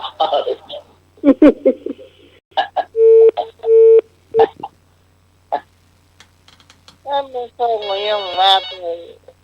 อยู่ คนท่านชิน จ้าพี่กรณ์ก็เอาตัวเมืองเหมือนกันจ้ะเพราะเคยได้ยินเขาพูดกันว่า เขาเรียนภาษาล้านนา ครับ จ้ะ แค่ตัวขอนเนาะ ภาษาไทยตัวเมืองล้านนานั่นแหละ ครับ ไอ้ว่าอันพี่ตองว่าสาวน่ะไปวัดยังสาวขึ้นคันไดวิหารไปวัดเด็กวิหาร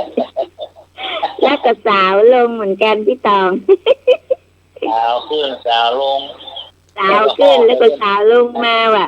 บ่สาวก็บ่ได้ว่ามันมืดฝนตก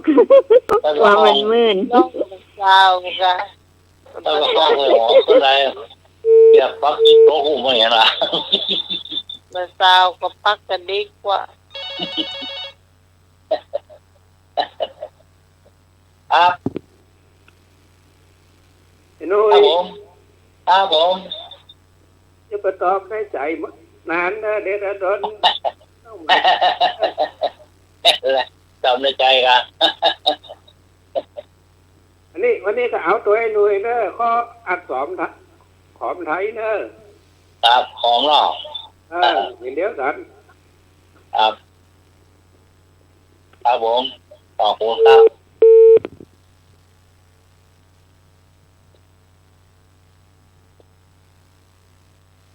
บนี่มันก็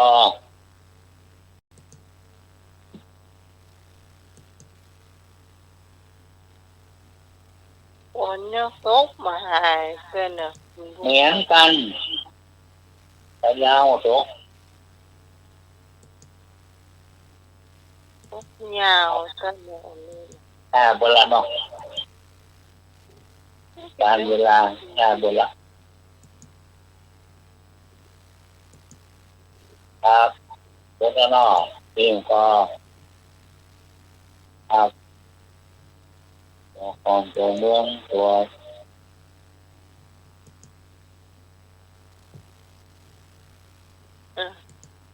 เฉลย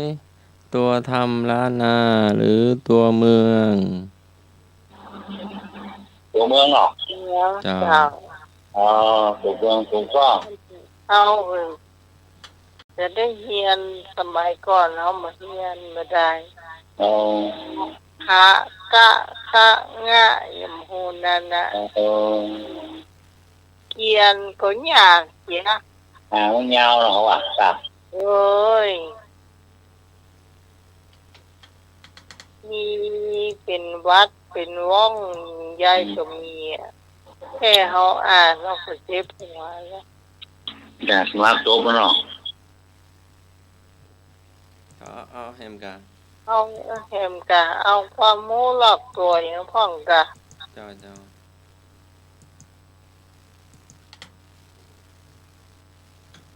หายแซ่บไปแล้ว นอกกะ ผมก็มีนะผมจะเอาเชียงใหม่เนี่ย ให้ลุงห้องหาว่าแล้วนะเราหายแซ่บ ผมมีเนาะเพิ่นส่งไลน์เมื่อผมเนี่ยประวัติศาสตร์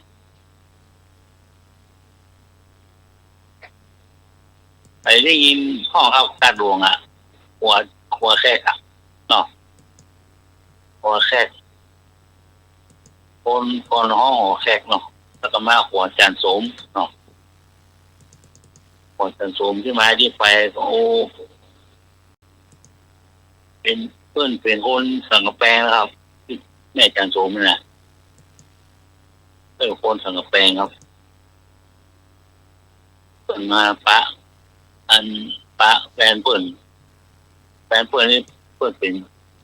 แขกนะครับแขกขายผ้าขายครัวนะแขกผ้าครัวเปิดไปขายผ้าขายครัวดำมันสั่งแปลงห้องไปขายดำหมู่บ้านห้อยนะที่เพื่อนโมที่แฟนเพื่อนโมตีรามนะครับแขกจะรามแขกอ่านเนาะตำนานเพื่อนบอกไว้นะครับตำนานว่าก่อนเอาหัวแขกเนาะหัวแขกมาเมื่อน่ะเป็นแตะก่อนเป็นแตะเนาะแต่ไม่ข้ามเป็นเนื้อข้ามก่อนใช้เนื้อข้ามเปิดแตะมาเนาะแตะแล้วก็คน เป็นงานในห้างนี่เพิ่ง ลำจักลำไปเข้าเรื่องได้เลย ครับเพิ่นมาปะความฮักกันที่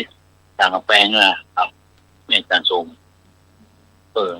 ปะกันที่แม่จันทร์ทรงที่ต่างกับแปลงนะครับนี่ทางเพิ่นนะเพิ่นไอ้ที่คนที่มาการหลวงพอดีฮู้แล้วข้ามไปการหลวงนะก่อนตรงนั้นมาที่ไปแล้วก็สร้างสะพานข้ามแม่น้ำไปบางปูนะครับเพิ่นสร้างไปมูท่านครนี่มันมีหัวปีกที่อ้อมไปอ้อมมาละไก่เอาในห้างเลยเปิดสร้างสะพานนี่เป็นเมื่อก่อนความรักของเพิ่นนะครับร่วมไปสมวัดเกศฟ้องนะวัดเกศฟ้องทางฝั่งวัดเกศก็ดีใจนะครับได้ห้างเพื่อสร้างสะพานข้ามมาตาหลวงเป็นงานของแม่จันทร์ทรงครับผมครับ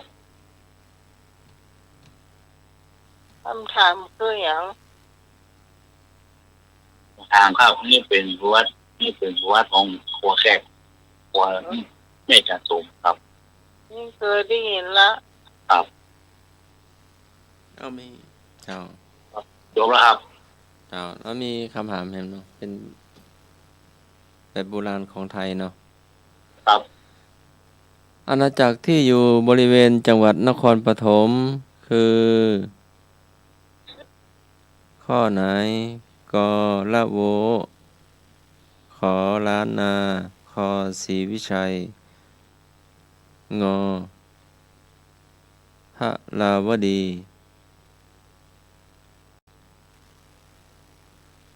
อาณาจักรที่อยู่ในบริเวณจังหวัดนครปฐมคือข้อใดกละโวขอล้านนาคอศรีวิชัยงอทวาละวดี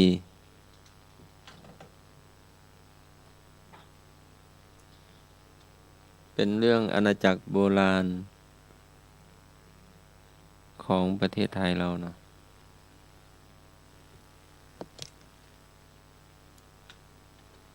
ตอบมาเลย0532260058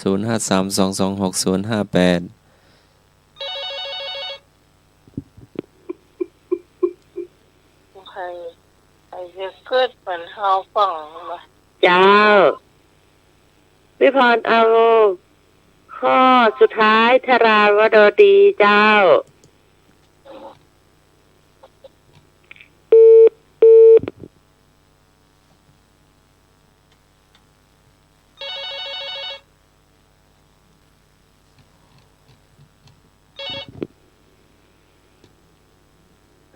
เอาข้อสีวิสัยเนอะ ให้เอกใจตรงกับน้อง ข้อนี้ละ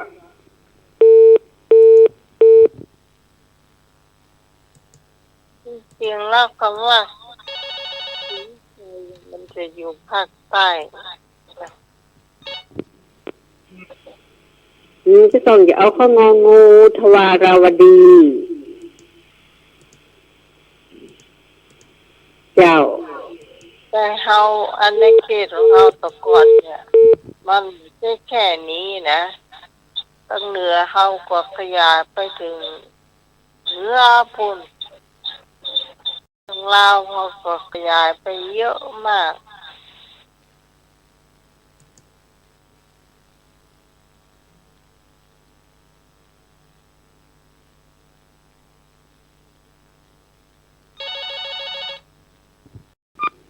เขมรมา ค่ะอาจารย์สมากทวนคำถามอีกทีสิคะ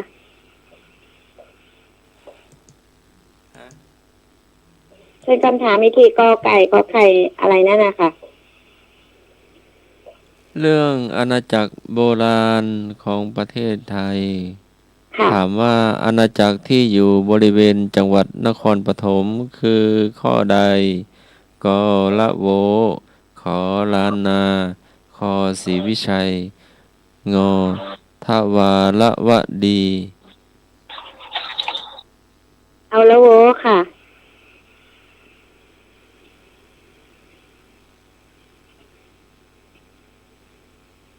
เจ้า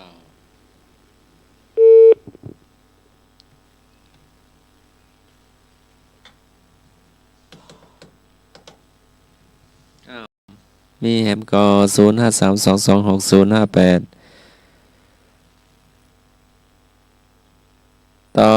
บทวารวดี ข้ององัวงองู ที่ร้านยาสั่ง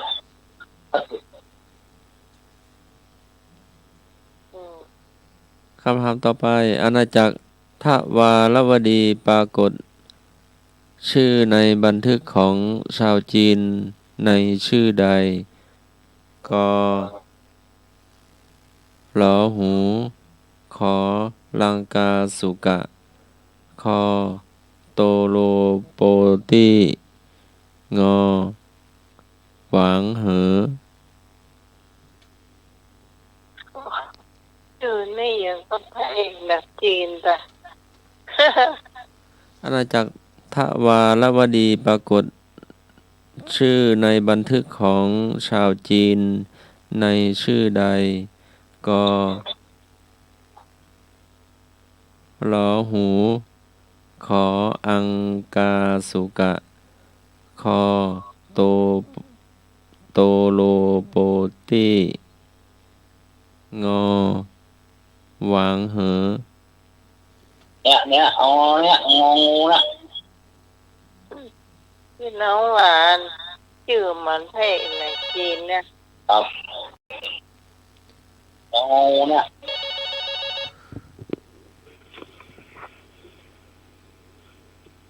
ฮัลโหล ค่ะ แล้วก็เอาข้อคอควายค่ะ ออกไปเนาะครับ ค่ะโตปีโตจีอะไรนั่นนะเอาข้อนั้นแหละ โตโลโปตี้ ค่ะนั่นแหละเอาข้อนี้ เคยไปเนาะ อ่านยากเอาข้อเนี้ย โตเป็นโตโป่งเนาะ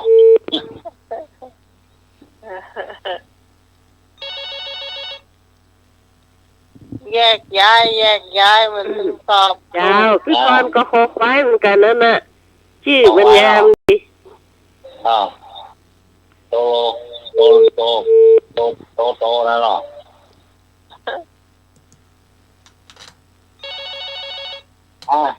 ไม่หลวงไหมไม่หลวงแล้วอย่าง เลยเอาข้อขอไข่ พอใครเนาะไม่เอา แยกย้ายมาอีกมา มันต้องออกสักตัวหนึ่งแหละ ฟังโตโล ล่างออกตัวหนึ่งกันเนาะ ครับ มีแฮมก็0532260058 ต่อไปจะเป็นคำถามแบบไม่มีข้อเลือกเนาะ ครับ ต้องถามรอบโลกเนี่ยแต่ครับ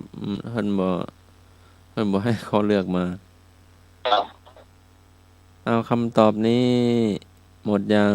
0532260058 ที่มันเหลือก็ใครยังไงตั้ง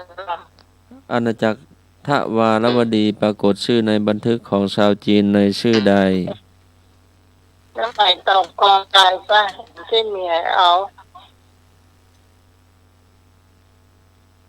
ไม่หน่อยอ่ะ งองูครับนั่นล่ะดังน่ะ เอ้ยหน่อยตอบก่อนนะครับ ชื่อมัน นะ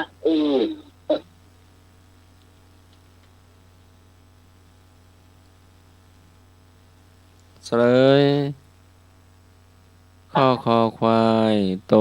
โลโปตี้ โอ้ที่ญี่ปุ่นนะ คำถาม ถูกต้อง รอบโลก ประเทศอะไรไม่ใช้เงินสด นี่รอบโลกครับประเทศพยานที่ไม่ใช้เงินสด ครับผมลุยต่อประเทศญี่ปุ่น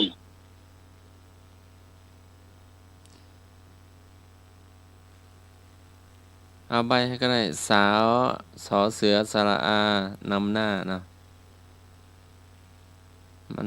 มันกว้างไปเนาะเลยใบให้หน่อยสอเสือสระอานำหน้า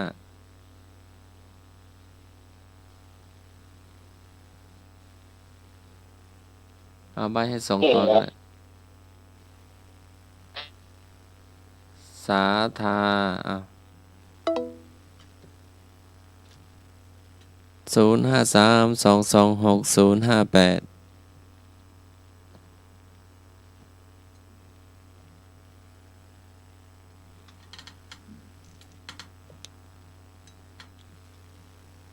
ประเทศอะไรบ่ใจายเงินสดเนาะตอบมาได้เลยใบให้ก็ได้มีคำนำหน้าว่าสาธา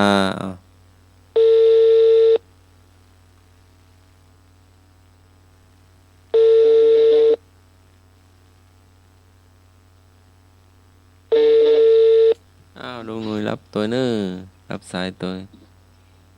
ครับ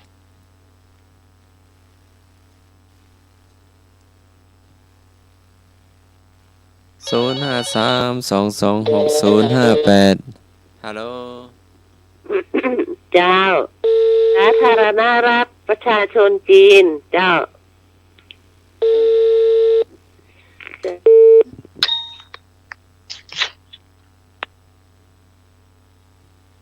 จ้า มีแฮมก็ประเทศอะไรยังบ่ใจายเงินสดสาธาใบให้2 กำ สาธารณรัฐประชาชนจีน เขาก็ขึ้นอย่างเขา เจ้า ครับเรื่องเงินสดเนาะ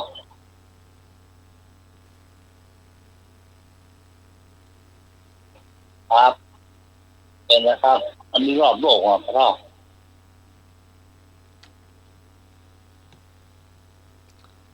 เอาเฉลยสาธารละนารัฐเช็ก เช็ค เป็นจังไดนะไหม เช็คมันใจเช็คเป็นเอามันใจเงินสด เป็น มี ประ พ เท ว ศ ก เป็นเอาเป็น มีพ เอา วกมีพวกใช้เงินเย็นเหรอ อันนี้มันใจเป็นเอาไง อ๋อสาธารณสาธารณเช็คเนาะ เออ อ๋อ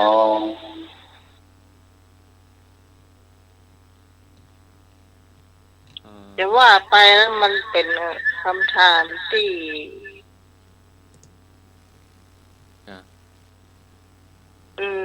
แต่ว่าชาวคุณแม่ เศร้ากันเอาเสียงกล้องเน้อ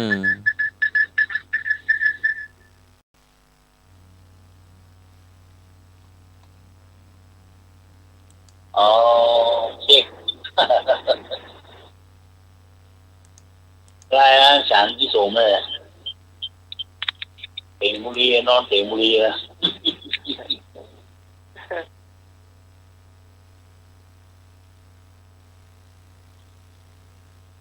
อ้าวถามมา10 ข้อแล้วเนาะมีช่วงต่อไปเป็นหยังประชาสัมพันธ์กัน ต่อไป ประชาสัมพันธ์สักหน่อยเนาะ จ้า พรุ่งนี้เนาะคณะสงฆ์ตำบลสุเทพเนาะ13 วัดพร้อมเทศบาลตำบลสุเทพเนาะจัดโครงการธรรมสัญจรครั้งแรกในวันอาทิตย์ที่ 9 เดือนสิงหาคม 2569 เวลา 5 โมงเย็นเป็นต้นไปเนาะก็นิมนต์เนาะนิมนต์ครูบาอาจารย์พระอาจารย์ พระน้อยคณะศรัทธาเนาะแต่ละหัววัดได้ไปฟังเทศน์ฟังธรรมก็ละอ่อนโรงเรียน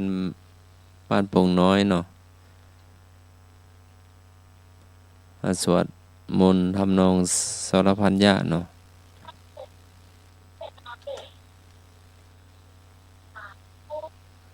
มีถ่ายทอดสดตัวเนื้อเนาะ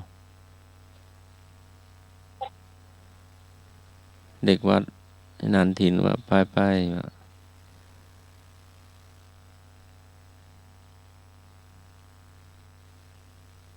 ก็รอรับชมรับฟังเทศน์ฟังธรรมสวดมนต์เนาะเจ้า เริ่มกี่โมงวะ เริ่มแต่6 โมงเนาะเนี่ยในกำหนดการนะแต่เริ่มลงทะเบียนตั้งแต่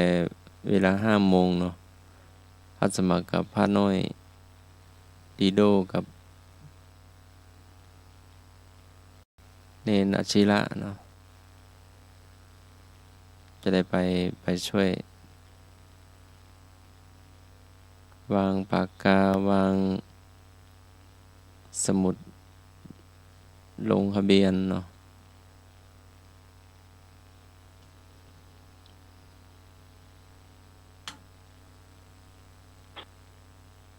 ในวันพรุ่งนี้เนอะเนาะแล้วท่านใดบ้างก็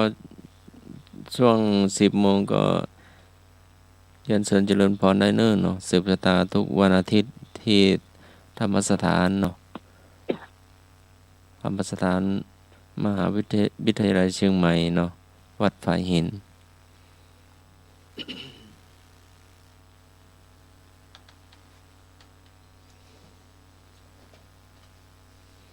ก็มีปฏิบัติธรรมโดยเนาะของอาจารย์มหาวิทยาลัยเชียงใหม่เนาะสายหลวงพ่อวิริยังเนาะกับอาจารย์มหาวิทยาลัยเชียงใหม่นั้นเหมือนกันเนาะทั้งที่2 คณะเนาะ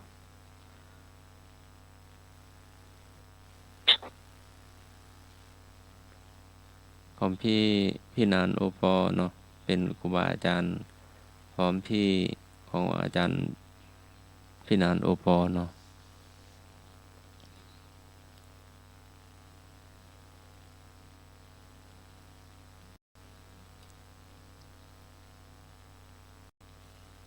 วันก่อนก็พี่นานต้นเนาะพาฝรั่ง2 ท่านเนาะมาถวายภัตตาหารเพลแล้วก็มาทำวัดสวดมนต์เนาะมา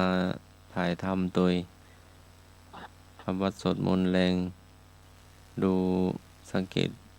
ชีวิตประจำวันพระสงฆ์เนาะสามเณรรับศีลดูสามเณรกุมบาตรบิณฑบาตทำวัดช่วยงานวัดเนาะวันนี้ละอ่อนประถมโรงเรียนอนุบาลโรงเรียนสาธิตมหาวิทยาลัยเชียงใหม่ก็มาเที่ยววัดเที่ยววาเนาะไหว้พระรับศีลเที่ยววัดเที่ยววาปัดกวาดเนาะอนุโมทนาสาธุประชาสัมพันธ์ก็เอาพอดีเนาะจะนักไป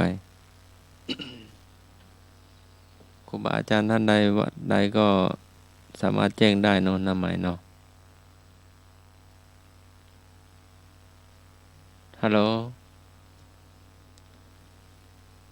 น้ำหมายลุงหนุ่ย เนี่ย ช่วงต่อไปเป็น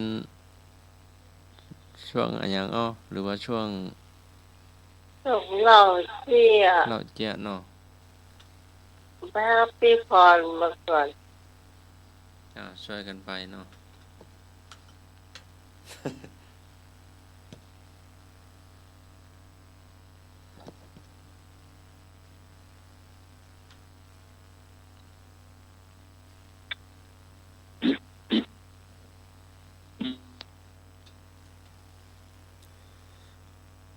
ธรรมสัญจรครั้งที่2เนาะ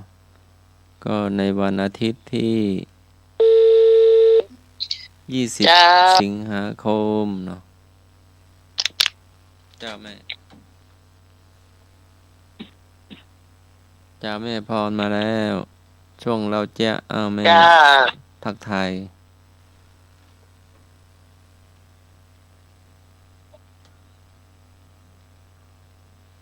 จ้าแม่ได้ยินก่อน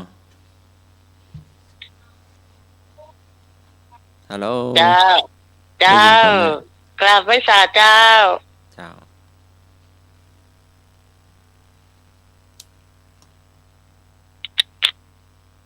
ได้ยินแล้วอ๋อ ได้ยินแล้วแม่ว่าเลย จ้า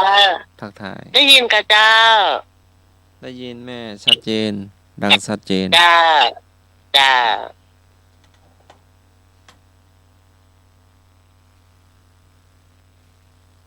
ได้ยินแต่หูจะแตกแล้ว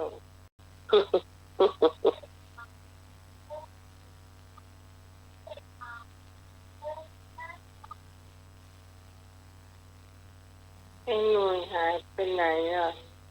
ได้ยินค่ะเจ้า น้องใหม่ได้ยินพี่ทอนกะจะแตกแล้วฮะจะแตกแล้วเสียงแตกกะอ้าว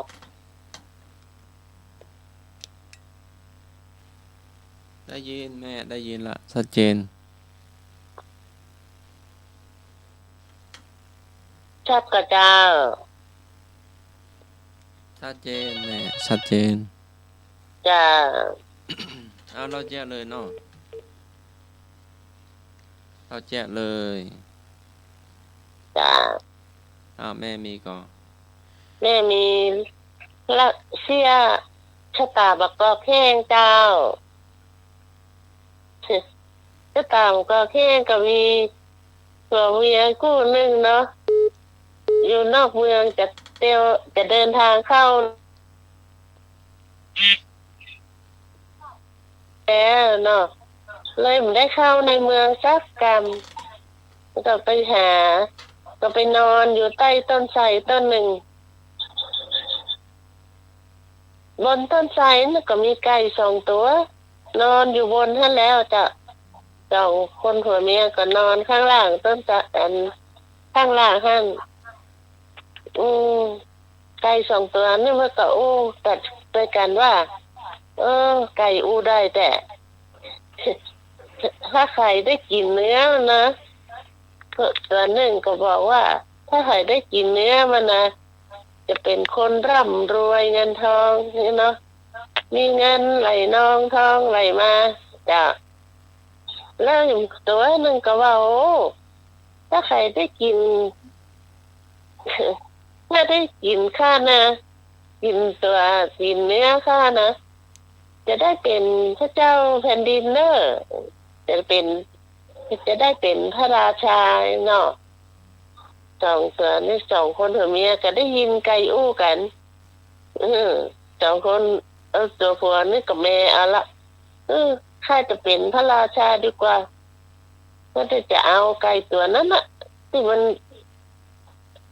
เดี๋ยวเราก็อันเจ้าอันผัวมันก็ขึ้นไปคว้าไก่เปียไก่ที่เป็นที่ว่าถ้าได้กินเนื้อจะเป็นพระราชานะได้ยับได้ละเอาลงมาโล่ก่อไฟเนาะไฟนี่ก่อไฟจะไปเหี้ยใดเนี่ยก่อไฟตั้งมันมีอันนี้ก็ต้มน้ำให้เดือดเอาไก่ลวกเข้าไปคนทอนอย่างแล้วก็เอาจัดการอันนึงเนาะอันนึงเสร็จแล้วจะกินเด้อรอสักกำเนาะเดี๋ยวเขาก็กินเขาไปอาบน้ำในแม่น้ำท่านก่อนอันนึงไว้แล้วเขาก็กลัวเอามาไว้ตั้งก็กลัว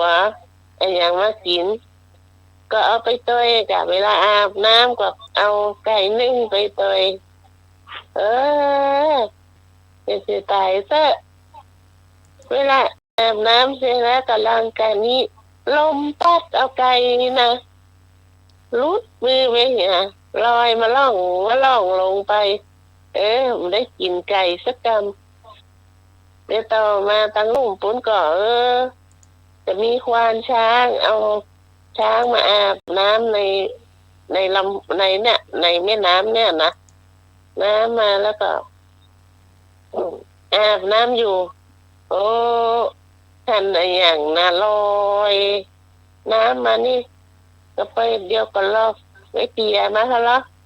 ลอยเข้ามาใกล้แล้วเนาะไก่นึ่งนั่นนะลอยเข้ามาใกล้ควานช้างก็เปียมาพออย่างนะลอยเข้ามานี่โอ้เป็นไก่นึ่งเดี๋ยวเก็บมาเล่นกันเดี๋ยวเอาช้างขึ้นไปบนบกกันบนนี่กันบนต้ากันแล้วขึ้นมาแล้วก็โอ้ได้กินไก่นึ่งแล้วสบายต้องทำกับข้าวละควานช้างก็เอาไก่ไปกินเนี่ยไก่ไปกินในคณะเดียวกันที่ในเมืองท่านก็พระราชาอยู่ในเมืองท่านเกิดมีข้าศึกมาล้อมเมืองไว้แหมจะแย่ใดดีพระราชามันก็จ้างแย่ใดจะสู้เนื้อก็บุญนี่เอาทหารออกไปบอกควานช้างมันเอาช้างไปที่พระราชาเนาะนึกว่าพระราชาจะได้ขี่ช้างออกรบศึกพระราชาจะบอกว่ามาเอาว่าควานช้างข้าให้สู่เจ้าเนี่ยขึ้นช้างไปดีกว่าขี่ช้างไปดีกว่าถ้าเป็นตัวแทนของข้าไปเนาะแล้วข้าจะปลอมตัวเป็นทหารออกรบตัวออกรบดีกว่านี่จ้ะแล้วก็ไปออกรบไปในควานช้างมันก็รบอยู่บนคอช้างน่ะพระราชามันก็ออกรบเป็นทหารเอาไปเอามาพระราชายืนเป็นปลอมตัวเป็นทหารก็สู้ฆ่าศึกฆ่าตายไปแล้วแต่ควานช้างเพื่อก็ใจไหวพริบเอาชนะฆ่าศึกได้ไล่ฆ่าศึกออกไปเลยจนสุดท้ายกลับมาในเมืองพระราชาตายไปแล้ววันหมู่ทหารหมู่เจ้าเมืองก็แต่งตั้งที่ควานช้างเป็นพระราชาเลยเรื่องนี้ก็จบลงด้วยดีควานช้างได้ขึ้นเป็นพระราชาแล้วก็ได้กินไก่ตัวเตี้ยน2 ผัวเมียนั่นนึ่งลอยน้ำไปเรื่องนี้ก็จบลงแต่เจ้าไอ้หนูใหญ่ละต้องมีแห่เซ็ตเจ้ามาแล้วครับเสียงหนุ่ยมีอย่างพ้องเพื่อนโหเนี่ยจ้าที่เราสารภาพผิดกับเมียมันครับตามมาบอกแห้งนี่ครับที่พอดเรากินแต่คนแนวเนอะอันนี้สองผมเมียคู่หนึ่งเป็นคนขยันนะทำมากินแต่แบบไม่ที่ดินชาวบ้านก็ส่องเบอร์ก็จะเสนอกันไปหาตั้งเจ้านายจะหยั่งก็แต่ยกที่ดินมือ2 คนผมเมียนี่เพิ่งเอาธนูยิงนะถ้ายิงว่าถึงไหนก็คือได้ตัวอันนะกี่ร้อยไรเลยพอดีธนูได้ยิงไปรู้ก็ไปตกพระที่ประกอบแห้งเนี่ยมันมาตกดินจะกำนะกันเปิดเลยเรียกว่าสตาประกอบแห้งเลยทำไม่ธนูเนี่ยยิงมันตกที่ประกอบแห้งมันตกกลางดินนั่นแหละมันเลยมาถึงดินธนูมาถึงดินเลยมาได้ตะกำเรียกว่าสตาประกอบแห้งเนอะจบตามก็แข็งเนาะโลกมันยิงเต็มปกองแห้งอะจ้ะจ้าเล็กเปลี่ยนนะครับได้จะทำหรอจ้าแต่ก่อนเล่าเนาะผมนี่เข้าภาษาละแต่ละข้ากับเมียว่าถ้าพูดความจริงตายไปตกนรกว่านะ จ้า เมียว่าถ้าพูดความจริงตายไปจะตกนรกถ้าพูดโกหกตายไปจะตกนรกถ้าพูดความจริงเดี๋ยวนี้ตายเดี๋ยวนี้ทันที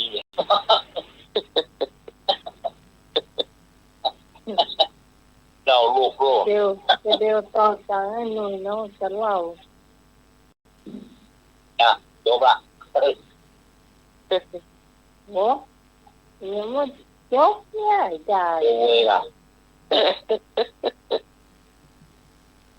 เจ้าสารภาพกับเมียว่าถ้าพูดโกหกไม่พูดโกหกไม่พูดความจริงพูดโกหกตายตกนรกทันทีถ้าพูดความจริงเดี๋ยวนี้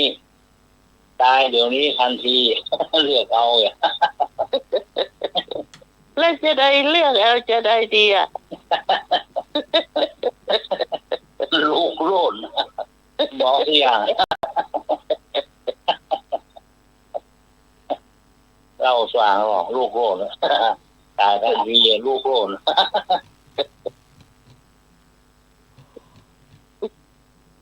เป็นที่สมัยเดี๋ยวจ้า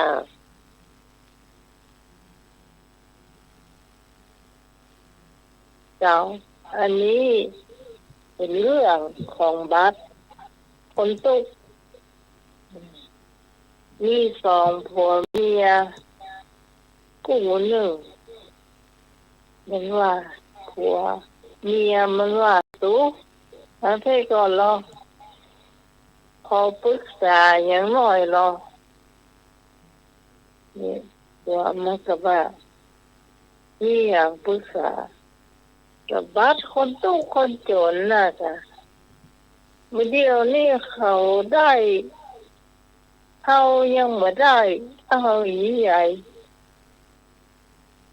ก็บอกเขาสู่ไปอุทธรณ์สู่ก็บอกไปยิ่งใหญ่น่าจะ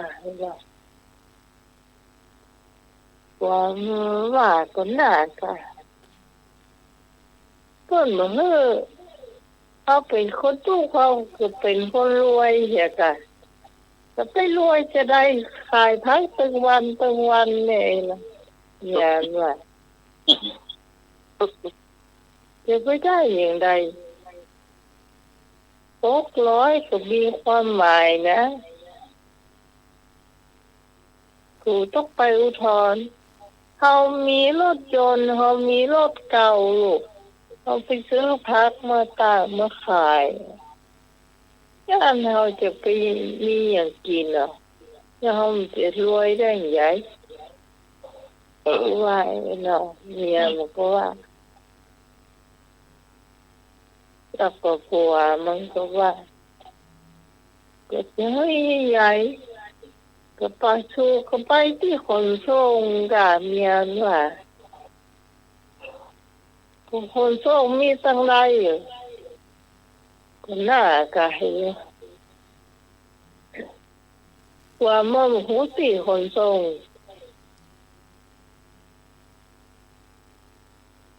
มีตั้งไรก็น่ากะ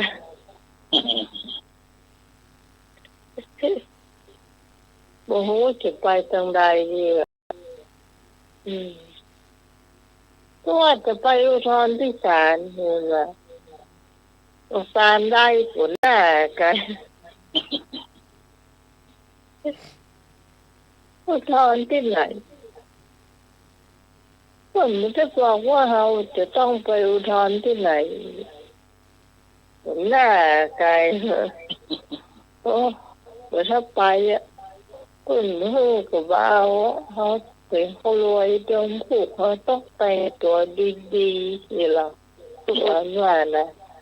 เอาที่ไหนมาแต่งตัวดีๆขายพักทุกวันเขาก็หูก็หันอยู่เนี่ยชาวบ้านไปแต่งตัวเที่ยวไผน่ะผูกกันจะเซาะเสื้อผ้าดีๆมาใส่มาน่ะ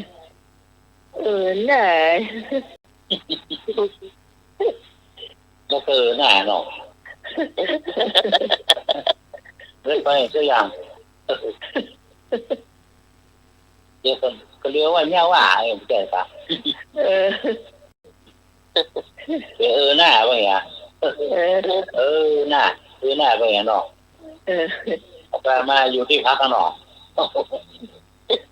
ก็มาขายผักก็มันมีรถยนต์เก่าๆอยู่อันหนึ่งอะเนาะรถอันเป็น9 ปี30 ปียังเหลือขออาจารย์สมัครคนทราบว่าต่างพักอะยังว่าเพื่อนเป็นคนรวยอยู่อ่ะ ประกันนี่4 รอบบ่มีเหลือ2 3 4หรอ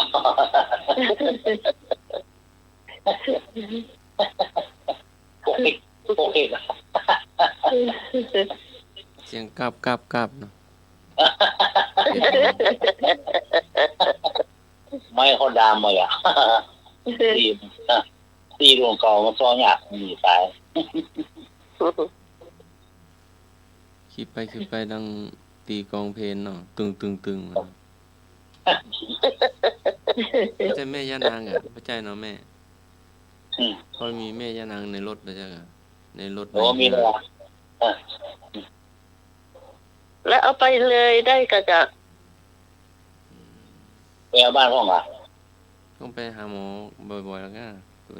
อ๋อไปหาหมอ เช็คบ่อยๆเนาะแข้งขาดีหมดแล้วก็เนาะ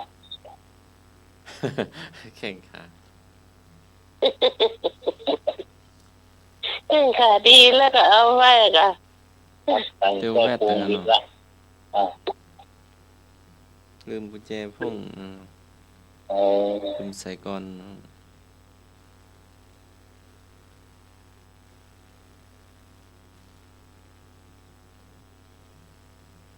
ไปบ้านใหม่มาแล้ว พระเจ้าเจ้าไปเล่นเจียน เจอมาโจกันละหน้าตาได้สักอย่างได้สักอย่างหน้าตาเขาลืมโทรศัพท์ฮะ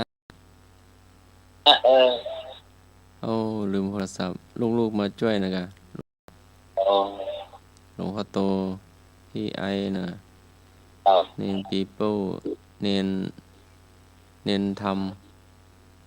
หลวงพ่อโตก็มาตั้งชื่อใหม่เป็นเนนแอร์ป่ะ หลายหูยเนาะ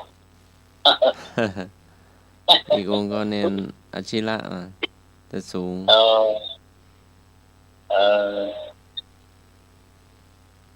เป็นคนไตเนาะไตใหญ่ทางเมืองนายนู่นกะทางเมืองนายแถวบ้านเนนแสงนู่นน่ะ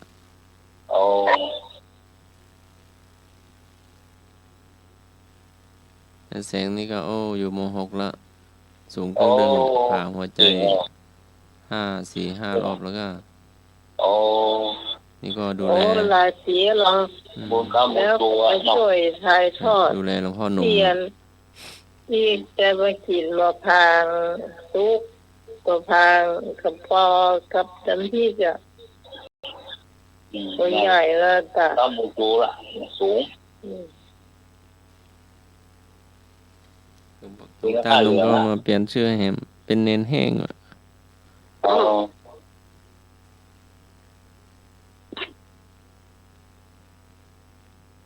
กินบอมผอมเจ้าก้อนนั่นเนาะเป็นตัวสูงนะแสงตัวสูง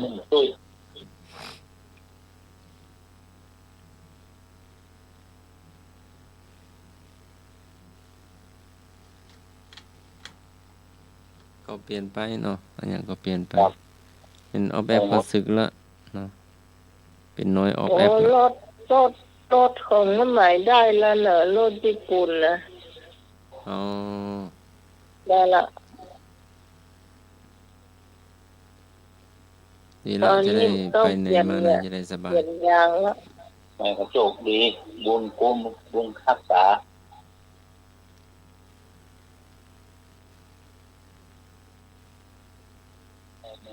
บุญเนาะ มาสายบุญมันต้องบุญรักษาโอ้ยเนาะการที่เสี่ยงตามมาเสี่ยงประกรรมเนี่ย ดูนักษา ถ้าปลายปกอได้เรียนยางปั่นเนี่ยต่างหากนะฟังมาจากญี่ปุ่นซ้ำนะ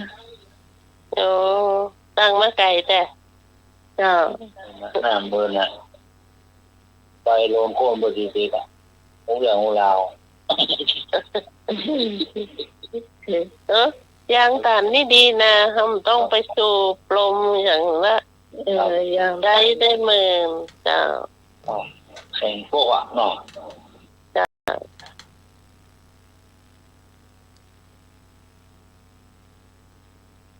ดูเรื่องของเราใส่หัวใส่ไฟขวนลุกลับลุกลับ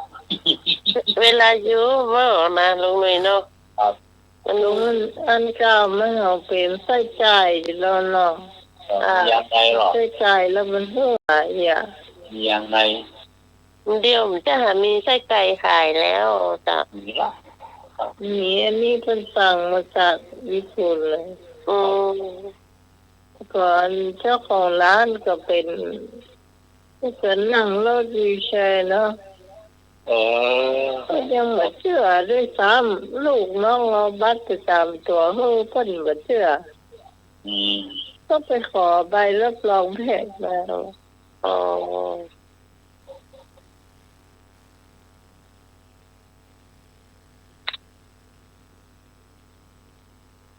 ก็เลยได้เยี่ยมบางสับบะ โอ้ย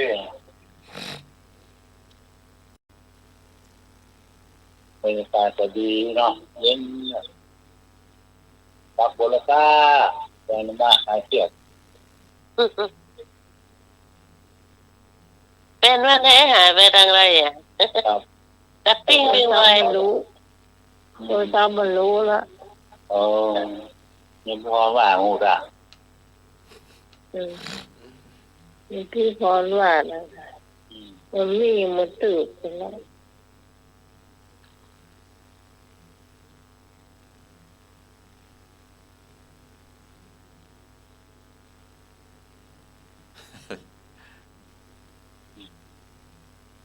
เดี๋ยวนี้มันเดือนสิงหากันยาตุลาพฤศจิกากาบุญวัดจันตันมีพระป่ากับบัญชีใส่เขาจะได้ตั้งต้นสักต้นไม่สักปันออกอ่ะเนาะ นอสามน้อยแล้วค่ะเนาะ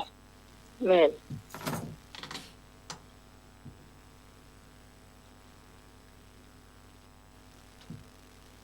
สามน้อย หอมๆอย่างหน่อย เพื่อนใจเราได้เนาะ แม่นก็ขอกู้บ้านน่ะขอกู้บ้านบ้านละต้นละต้นอย่า เฮเข้าไปเห็นมันเนาะเฮเข้าวัดอ่ะ เฮ้ถ้าอย่าเฮ้ไม่เลงนะคะ ดันตันนี่ศรัทธาเยอะเหรอก็ รักษาก็ได้ มันจะเข้ายี่ได้พร จ้ะ เวลาเขาเข้านะมันจะเข้าพร้อมกันนอกเหนือนอกใต้จะตั้งขบวนที่โรงเรียนที่ไม้สลีฮะนะแต่หน้าวัดนี้จะตั้งขบวนที่อันปีที่เข้ามาบ้านเราเนี่ยเนี่ยจะตั้งขบวนเนี่ยมีม้าตัวใหญ่ มีม้าเห็น มีลูกแก้วมีกบแจ๊กตัวใหญ่กัน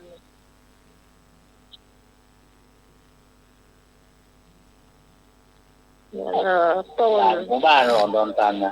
ของน้าว่าตึงสันเหมืองจะตัวกันต้องเหนือโลกใต้ตัวกัน อยู่ ต้ นั อก งเหนือโลกใต้บ้านกันกับนก อยู่นัก กระทานนาคเนี่ยมันตึงไว้เนี่ยเวลาสร้าง มัน เนี่ย ม่วนกันนะ ได้เปรียบ ปีนั่นเตียนใครฮะนะขมูลเหรอพันธวัฒน์เหรอไปถ่ายทอดอ่ะปีนั้นได้360,000กันนะ ผู้ชายอยู่อ่ะ นั่นผู้ชาติอยู่แต่รอวันนี้ยังมาก็จะบูรณะวิหารแล้วก็สร้างห้องน้ำกี่ห้องหมูนะยักษ์ลายย่างเนาะนั่นนะแค่ ลายย่างกระดานเลยอ่ะก็ไปสอนนั่นมาละหรออย่างก็เรียนที่ขอเพศอยู่อ่ะ อ๋อสงฆ์เนี่ยก็พูดผมน่าพูดเลยเนาะ สำนักพุทธต้องผ่านสำนักพุทธไปขอเพิ่นบุญนะวิหาร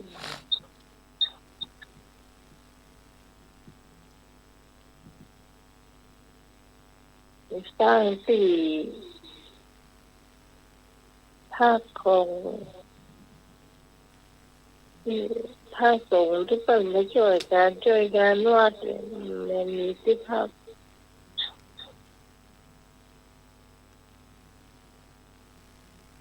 เห็นหลายอย่างอยู่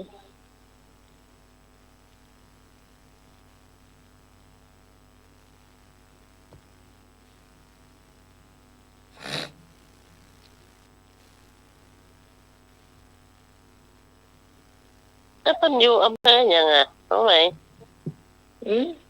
วัดเนี้ยสุวรรณวิหารแหละ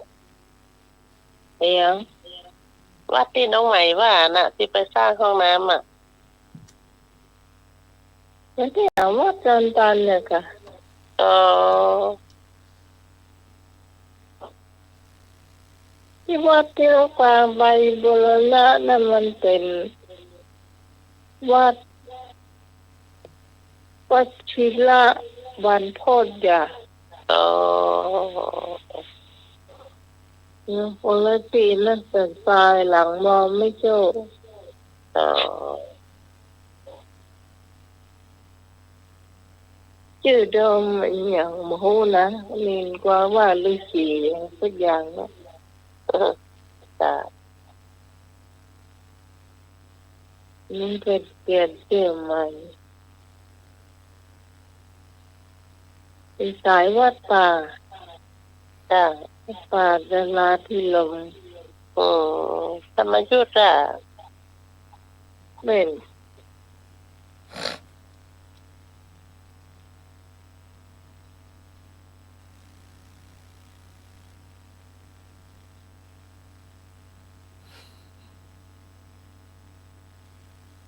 วัดตันหนึ่งเป็นอาหารนิกาย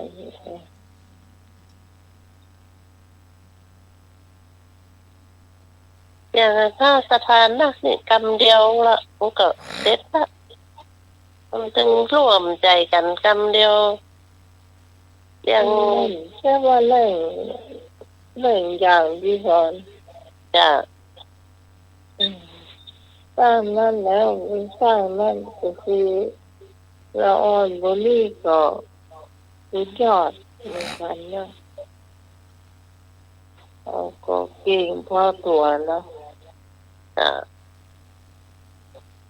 เรื่องการศึกษาจะได้ไม่ดีก็ดีแล้ว จะ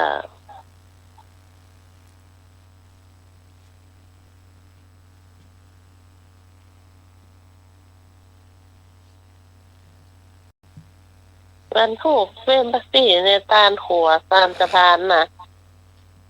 ประกาศว่าขอสั่ง15สั่งกำเดียวก็เสร็จแล้วมีอ่ะยังเฮาเพิ่มตันน่ะ จะไปฮับสั่งนี่นะเปิ้นพระฮับโพสต์บอกว่า โอ้ ป้าแป๊บคำเดียว โอ้ดีค่ะตามนั้นเนาะ จ้า เอาบุญเอาไว้ก่อนเนาะกับโตละเนี่ยเนาะ จ้าก็พาเป็นตู้ครูบาก็ยังมาได้ประชุมชาวบ้านกันนะครับ เป็นลองฟังลองฟังก่อนวันที่14พฤศจิกาแล้ววันที่16ผมเป็นวันเกิดน้องพอดีนะเลือดตาลเลยเนาะโอ้ยเลือดตาลก็เลือดตาลกันเรามีโอกาสดี อ๋อโอกาสจะดีนะซุปแล้วเนาะ จ้านี่เลยจ้ะ นี่วันดีได้มาการประกาศสามัคคี จะร่วมทำบุญด้วยก็เชิญคนร้อยมาปักต้นด้วย ต้นปันเดียวแล้วหรอหลัง ต้ ว่าน ปัน เรียกว่าต้นปันนะปักสิ่งก็ได้ต้นเรียกว่าต้นปันนะปักก็ได้ก็ได้แต่ต้นกล้วยใหญ่ๆเนาะ งานสองเขายอดเป็นที่ใบอ่ะไอ้ยอดอีกเกี่ยวได้หรือว่าเป็นใบกล้วยไหมอ่ะโอ้อ่างตาว่างแล้วก็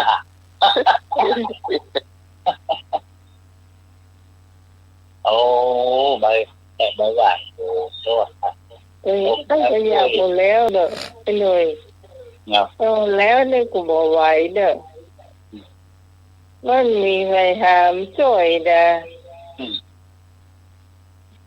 ดีดูอ่ะ รากหมดเดี๋ยวก็ลูกเดี๋ยวรากคอมเนี่ย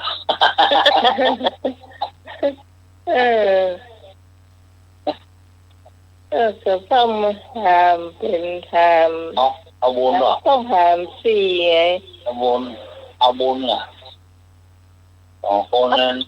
เอาไปมาเดี๋ยว2 คนอ่ะ 2 คนน่ะค่ะโอ้เหลือรามไปเจ้าเดียวเนี่ยคนหนึ่งสูงคนหนึ่งป๊อกเนี่ย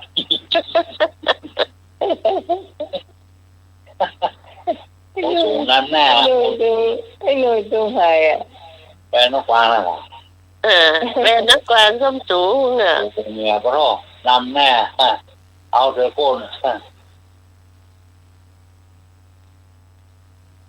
ไปก็ไปก็ต้องไหวผมกำมูจูโคนสูงเยอะว่าย่างมันนอกไปดีโยงซ่า เป็นสร้างสุวัสดิ์อย่างนี้ก็ได้เนี่ยดีมันได้หามไก่อ่ะนักเกย์กันเลย ได้ยำไก่อะไรเนี่ยบ้านน้องใหม่มาวัดอ่ะถ้าอย่างบ้านพี่พรไปวัดตะเจ้านี้เน่นหนาวเนี่ย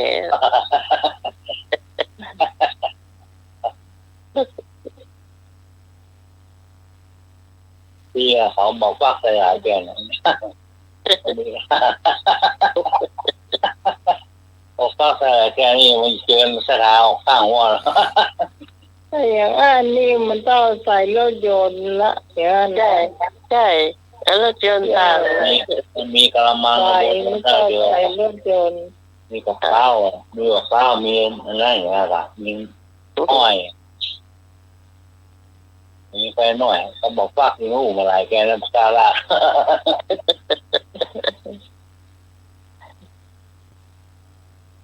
แล้วนั่นเป็นสตางค์วันได้เกือบ30,000แล้วน้องต้นเขา20,000 สายจะนักเกือบ30,000นะเนาะจ้า จากโคนหรอกสถานที่ใส่แบบ ถ้าของเฮาตัวแต่เนี่ย มันไม่หมื่นตายแล้วหรอกจ้านี่ยังเหมือนว่าพูดถึงกับข้าวนะกับข้าวต่างหากหรอกโคนต่างใจมานะครับได้กินก็กว้างมาสมโชคของหมื่นตายเนาะกว้างนี่มันออกตะกล่องไป1,500ถ้ามาออกตะกล่องไป1,500ได้30,000ตายอ่ะกล่องก็ไม่ได้ตีสักกรรม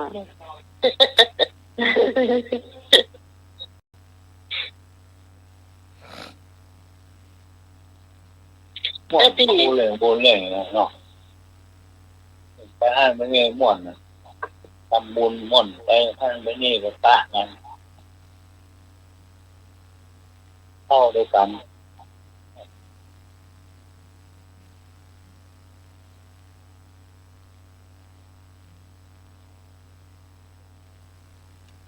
จากเรื่องขาดจากนั่นเนาะ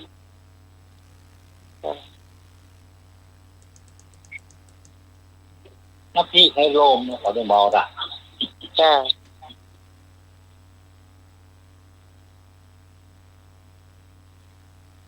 ป่างานแบบสิ่งงานบุญงานม่วนไปเรียนป่าคุณหกบ้านหรอกไปอ่ะ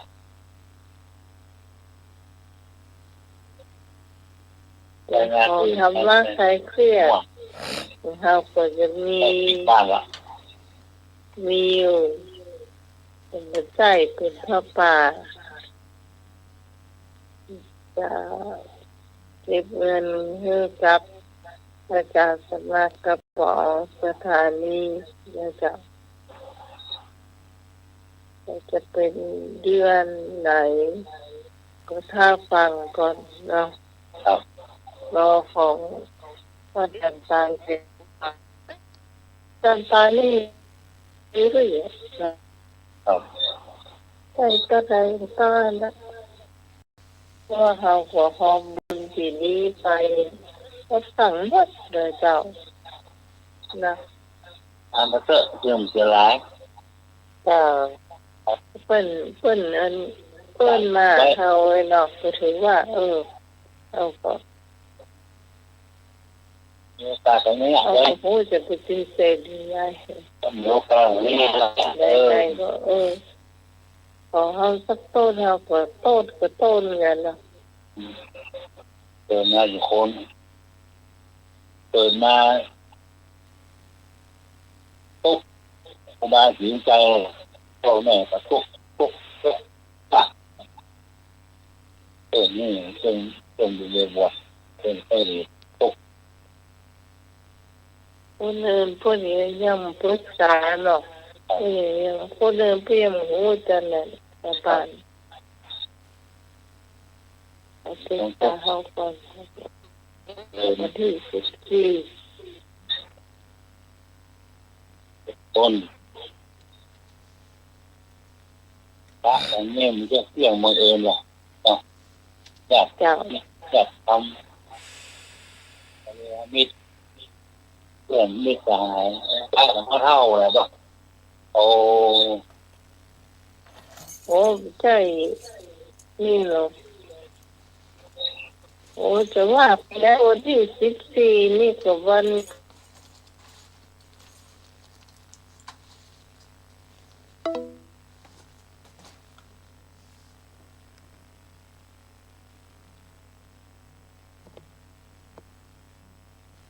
เราสกรรมเนอเนาะ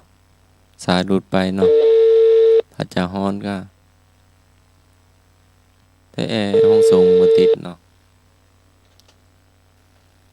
เรากำเนอพรุ่งนี้เนาะอย่าลืมเนอใครบ้างก็มาสวดมนต์สืบชะตาเนาะ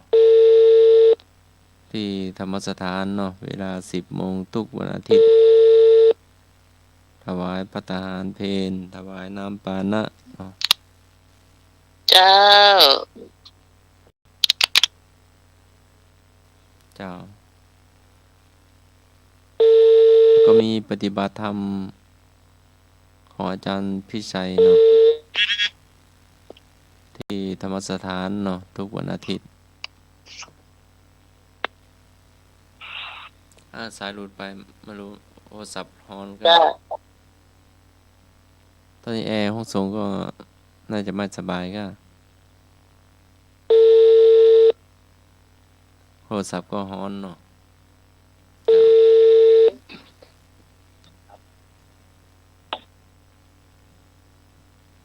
เจ้า จ้า สายหลุดไป ถ้าจะฮอน สายลุ เนาะ ให้หนาว มันหนาวแต่กับ หนาว แอร์ห้องส่งอาจจะไม่อาจจะมืดก็ ครับ เฟ้ย โทรศัพท์ก็ ท่านมาก็เหงื่อย้อยปกโทรศัพท์ก็ฮอนเนาะ ครับ ซับหนาวร้อน ครับ โทรนอนเนาะอีก20 นาที ครับ อย่างอ้อนแล้วก็ จ้าอันอย่างอ้อนะกะอาจารย์สำนักถามเลยจ้า น้องใหม่ไปไหน น้ำมา โอ้หมายรอน้องหมายรอ มาแล้วนะ มาแล้ว มาแล้ว มาแล้ว อย่างหอแตบแป๊บจงเข้าจอก เป็นปวกแจ๊ะแฟะ เมี่ยงหมากเมี่ยงหมาก ถูกต้อง ต้นเมี่ยงหมาก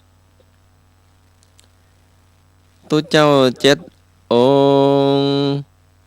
ล้นเขาทำออกมารูปตนเดียว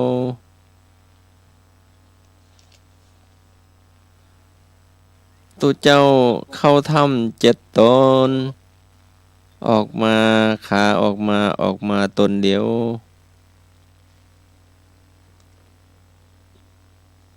อย่างก็อันอย่างเจ้าหลวงเข้าบ้านอย่าหลวงเข้าวัดใช่หลวงเข้าถ้ำเนาะ เจ้าล้นเขาถ้ เจ็ดตน ำขาออกมาตนเดียว ออกมาว่าเลยตัวเดียวเนาะ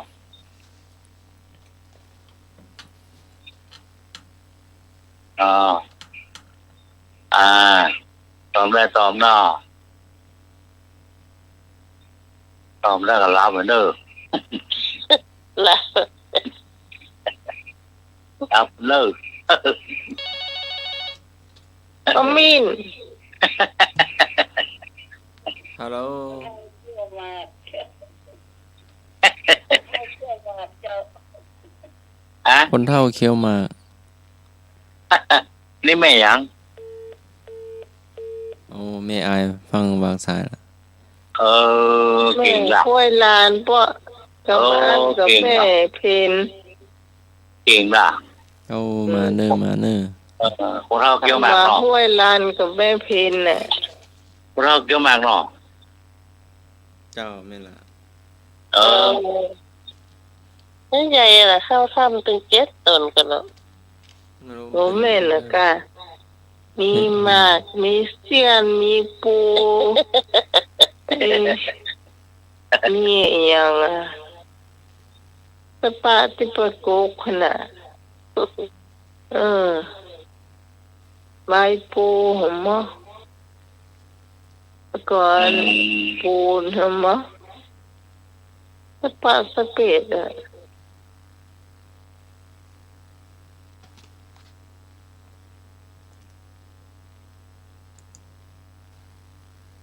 อันอย่างหายไปไหนละ ปูดังๆไม่ได้ยิน อันอย่างสูงเยี่ยมเทียมฟ้าต่ำกว่าหญ้าน้อยเดียว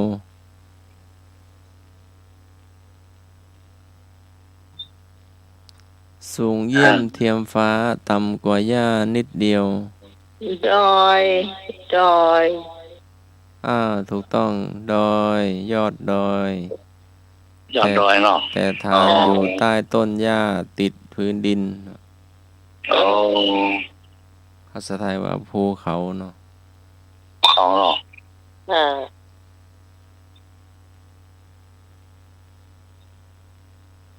อันอย่างกอไผ่เต็มกอเสาะหาข้อบ่ปะ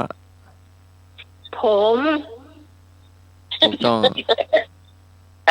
ยังว่าเป็นกอไผ่ผมเลย โครงการมาเลยมัน มันยุ่งกันแล้วมันจะได้ งวย อยู่กันเยอะกัน ฉันแม่โจทย์ก่อนเปิดเลยหรอ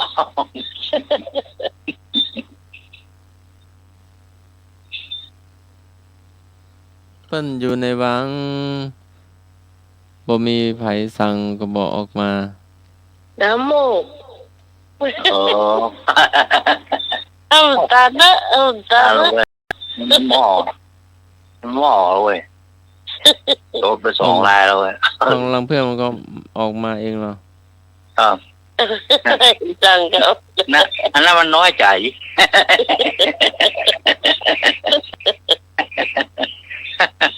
ที่เข้าได้พวกนี้ย้อยมาเต็มรุดก็บ่รุดรุดเข้าไปหาใหม่ เอาทำไม มัน ก็ เป็นหน้า เห็น ห แล้ นาว ว ว่าเรา ช่วงหน้าหนาวจะมาแล้วเนาะ เออ แล้วมันเอาวันนั้นเอามือไว้เอาเห็นเต็มแก้ม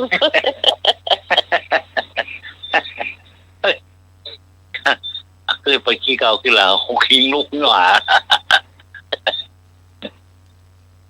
อย่างนักนกกระปูตาแดงน้ำแห้งก็ตาย นั่ง โกม นั่ง โกมสมัยก่อน นั่ง ตะเกียงน้ำมันว่ะ ก็น่า เดียวกันเนาะ ตะเกียง กำไทยว่าตะเกียงน้ำมันเนาะ เนาะ โจทย์2 ราย 3 รายเว้ย บางทีบ่หันบ่ทีเนาะบ่หันเกาไม้บ่หันยังเตะคว่ำเนาะ แต่ก่อนนี่โกมแกนเดียวอ่านหนังสือหัวโจนเหนือแวดรุ่มไม่ยังอ่านนะด่า อันนั้นเขินเต้นะ นอนห้องตัวพบเอาหมอนห้องที่ปูมเนี่ย หัวมันจุ่มกันเนี่ยเนาะจุ่ม เอ เทียน อ ภา หัว ษา ตุ่มเมื่อไหร่อ่ะอ่านกอไก่ขอไข่ ไม่บ่มีไฟเนาะ เป็นค่ะ ตอนอ่านหนังสือกลางเตือนนะเอาหัวแวดจุ่มเหมือนอ่านหนังสือ แล้วก่อนมีค่าแต้เนาะไฟก็บ่มี นอนโค้มตัวโป๊บตัวปั๊บก่อนนั้น เทียนย้อยป โอ้ กๆ เท่าว่าอ่อยน้อยนะนอนโค้มตัวโป๊บเขียนจดหมายแฟนมันหรอ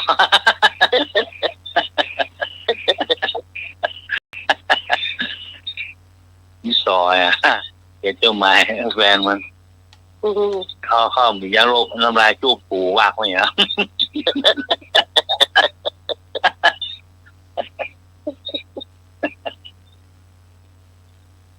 ตามต่อเลย อ่ะ เกิดมาเป็นคู่อยู่ใกล้กันแต่บ่เคยปะกัน อย่างก็ไปหู ถูกต้อง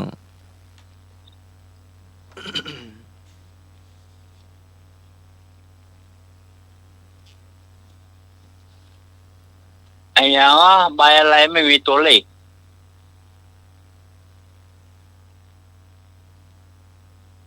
ใบอันหยังบ่มีตัวเลข ครับ ใบเลขอ่ะ ใบอะไรไม่มีตัวเลข เมื่อเจ้ากำพอเมื่อแรงกำขว้าง นั่นมีตัวเลขอ่ะ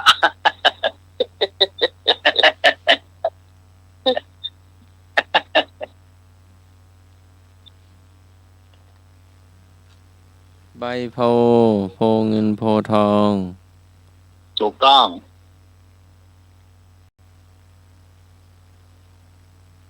อันหยังตบเปิบเฮาหังต่อ เจ้ามันพอบ่หาร อ้าว มวยโหคนเฮาเนี่ยค่ะ เจ้าก้าวมวยผม เออ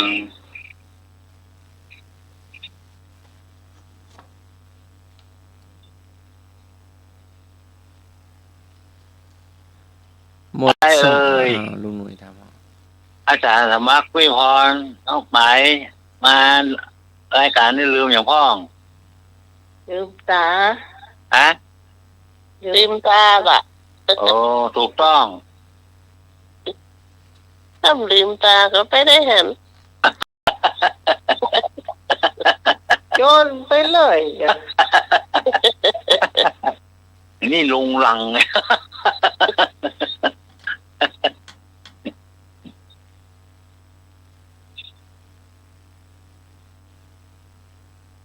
มันอะไรเอ่ยมันอะไรผู้หญิงกลัว มันมือเสือ มันอะไรเอ่ยมันอะไรเอ่ยผู้หญิงกลัว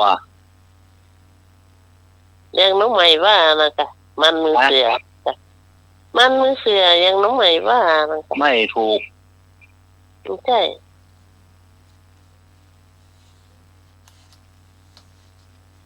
ไม่ถูก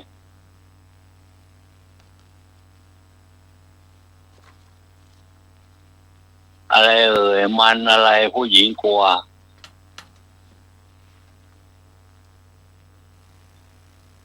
มันคือโจร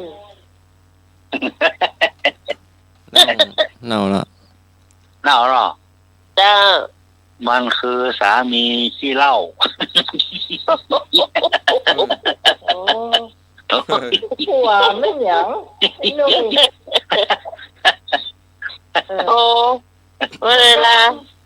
เราไปเฮาก็เตะเลยอะเนาะร้อนบ่ผัวไม่หยัง เข้าบ้านเนี่ยไอ้ยังไงบ้า เข้ามาในดีๆเตะเลยมันตึกเซอยู่หั่นแล้วเนาะพี่พรมันเซอยู่หั่นแล้วเตะเลยเนาะเดี๋ยวย่องเป็นบาดเป็นเบาเนี่ย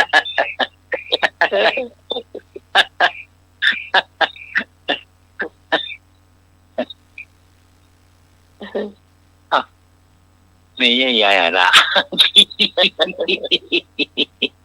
รอกหัวสูตา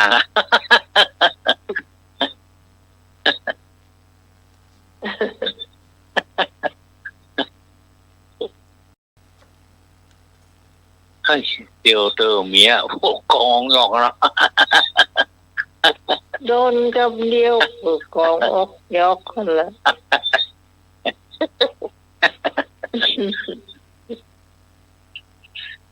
ถ้าใจจะสู้ได้นะผู้หญิงเนี่ยโดนเขารังแกต้องสู้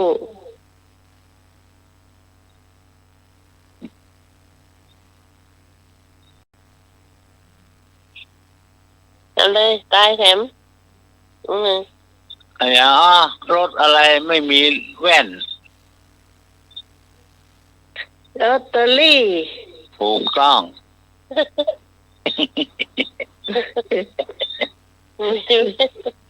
อะไรเอ่ยรถข้างหน้าไปรถข้างหลังทำอะไร จอดแล้วก้าวหลัง ถูกต้อง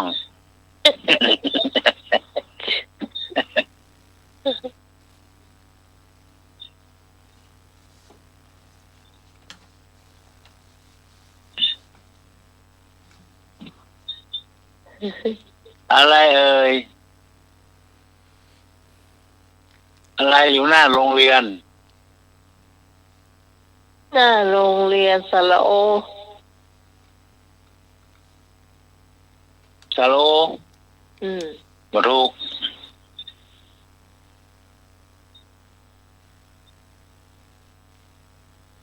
อย่าง พ่อกายติม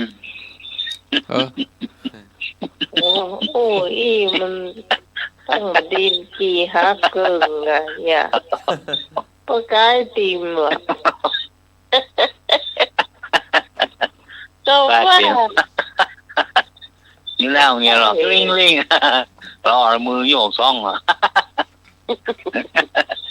เอาเพื่อนนั้นแล้วเพื่อนจะสีแดงเนี่ยสูงยันออกได้หรอยืนข้างหัวยืนหรอ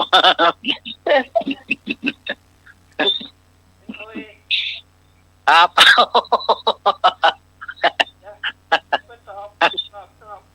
ไอ้เด็กก่อน เอก เฮ้ย ไอ้หนุ่ย เอ้ ติด ก็ ต่อรอบ อยู่ เนาะ หน้าเงียมืออยู่เนื้อโอ้ยสีเขียวครับเนี่ย มีขี้ทันฟังเพลงอาปีนผู้ไทยก่อไอ้หนุ่ยทันฟังเพลงผู้ทีนผู้ไทยก่อ อ๋อเหมือนเป็นอย่างครับ อาปีนผู้ไทยที่เปิดกี้ได้ผังก่อ เหมือนได้ฟังครับผม โอ้มวนวันนี้เลยอาปีนผู้ไทยร้องนะ อ๋อ ยิ่งกว่าเพลงนะตอนเป็นคนขับสามล้ออย่าอยู่จังหวัดผู้ไทยอาปีนผู้ไทยน้องหมายชอบเลยชอบปีนผู้ไทยอ่ะที่หลอกที่ ชอบ เสียงมวนเลยล่ะ ใช่เสียงมันใสดี ครับ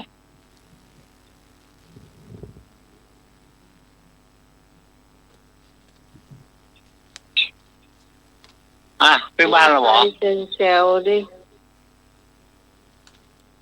ยังเป็นสัตว์เด้อเป็นสัตว์กตัญญู ครับ ยามฮ้อนมันยาวหน้าหนาวมันขดแว่น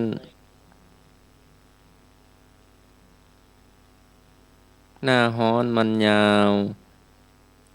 หน้าหนาวมันขดแว่น แว่นเนี่ย แขวน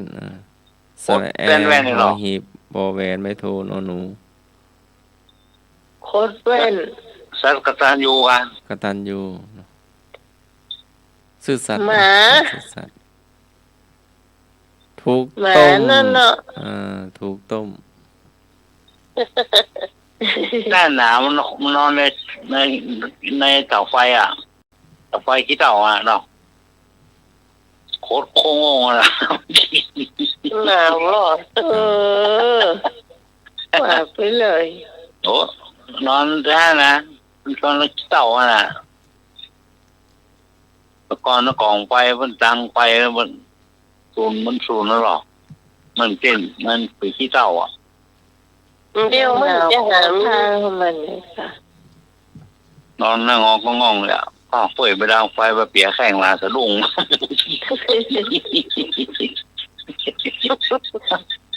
ขนัง มันเดียวหมามันอยู่ในกรงนะมันเดียวอ่ะ เดี๋ยวก่อนนี้มันหมาจรจัดหรอเนาะหมาบ้านไหนบ้านมันเนี่ยเจ้านอนหอคนใด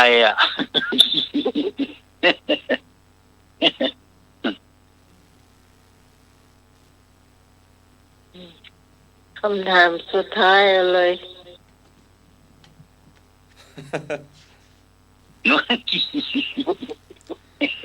หมดซอยลอยอยู่ในกำมือผ้าน้อยดีโด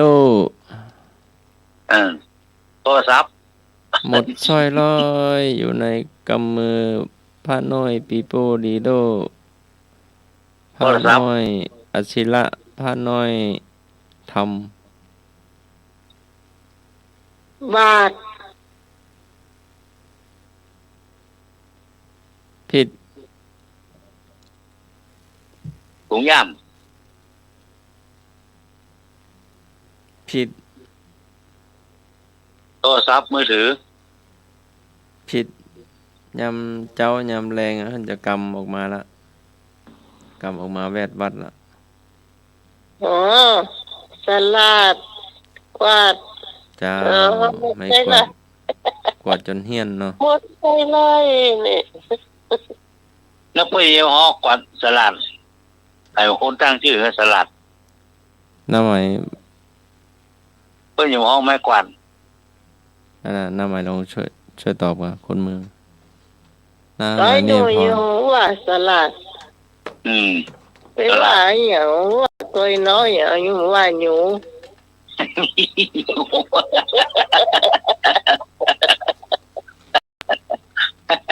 ยูของยูเหรอ ไม่กว่าละกาย ไม่กวาดนะเนาะโคนมาก็ห้องสลัดเนาะ เจ้า ครับ เราวันนี้ต้องขอบคุณพระอาจารย์พระครู สมุวิศวัตวรกิจโจผู้อำนวยการสถานีนะเจ้าขอบคุณพระอาจารย์และครูปฏิกาสมัครญาณสีโลเจ้าที่มาเปิดเพลงเลือกเพลงให้เจ้าขอบคุณไอ้หน่วยสว่างเมฆเจ้า ครับผม พี่พรณัฐนันท์มโนคำเจ้าเจ้าขอบคุณคุณผู้ฟังที่ฟังรายการจนจบรายการนะเจ้าสำหรับข้าเจ้าพิสมัยสุริโยดรวันนี้บุญทักษาเทวดาคุ้มครองพระรัตนตรัยปกป้องคุณผู้ฟังมีแต่ความสุขนะเจ้าเอาจะมาพบปะกันใหม่ถึงทีมงานธรรมะไขเพียรทุกคน3 ทุ่มถึงเที่ยงคืนวันพรุ่งนี้สำหรับวันนี้สวัสดีเจ้า ครับผม เจ้าสวัสดีเจ้า อัตตานันจะนะคาเตสิอย่าฆ่าตนเสียเลยค่ำคืนนี้ก็กราบนมัสการและเจริญพรไหว้พระสวดมนต์ภาวนาหลับเป็นสุขตื่นเป็นสุข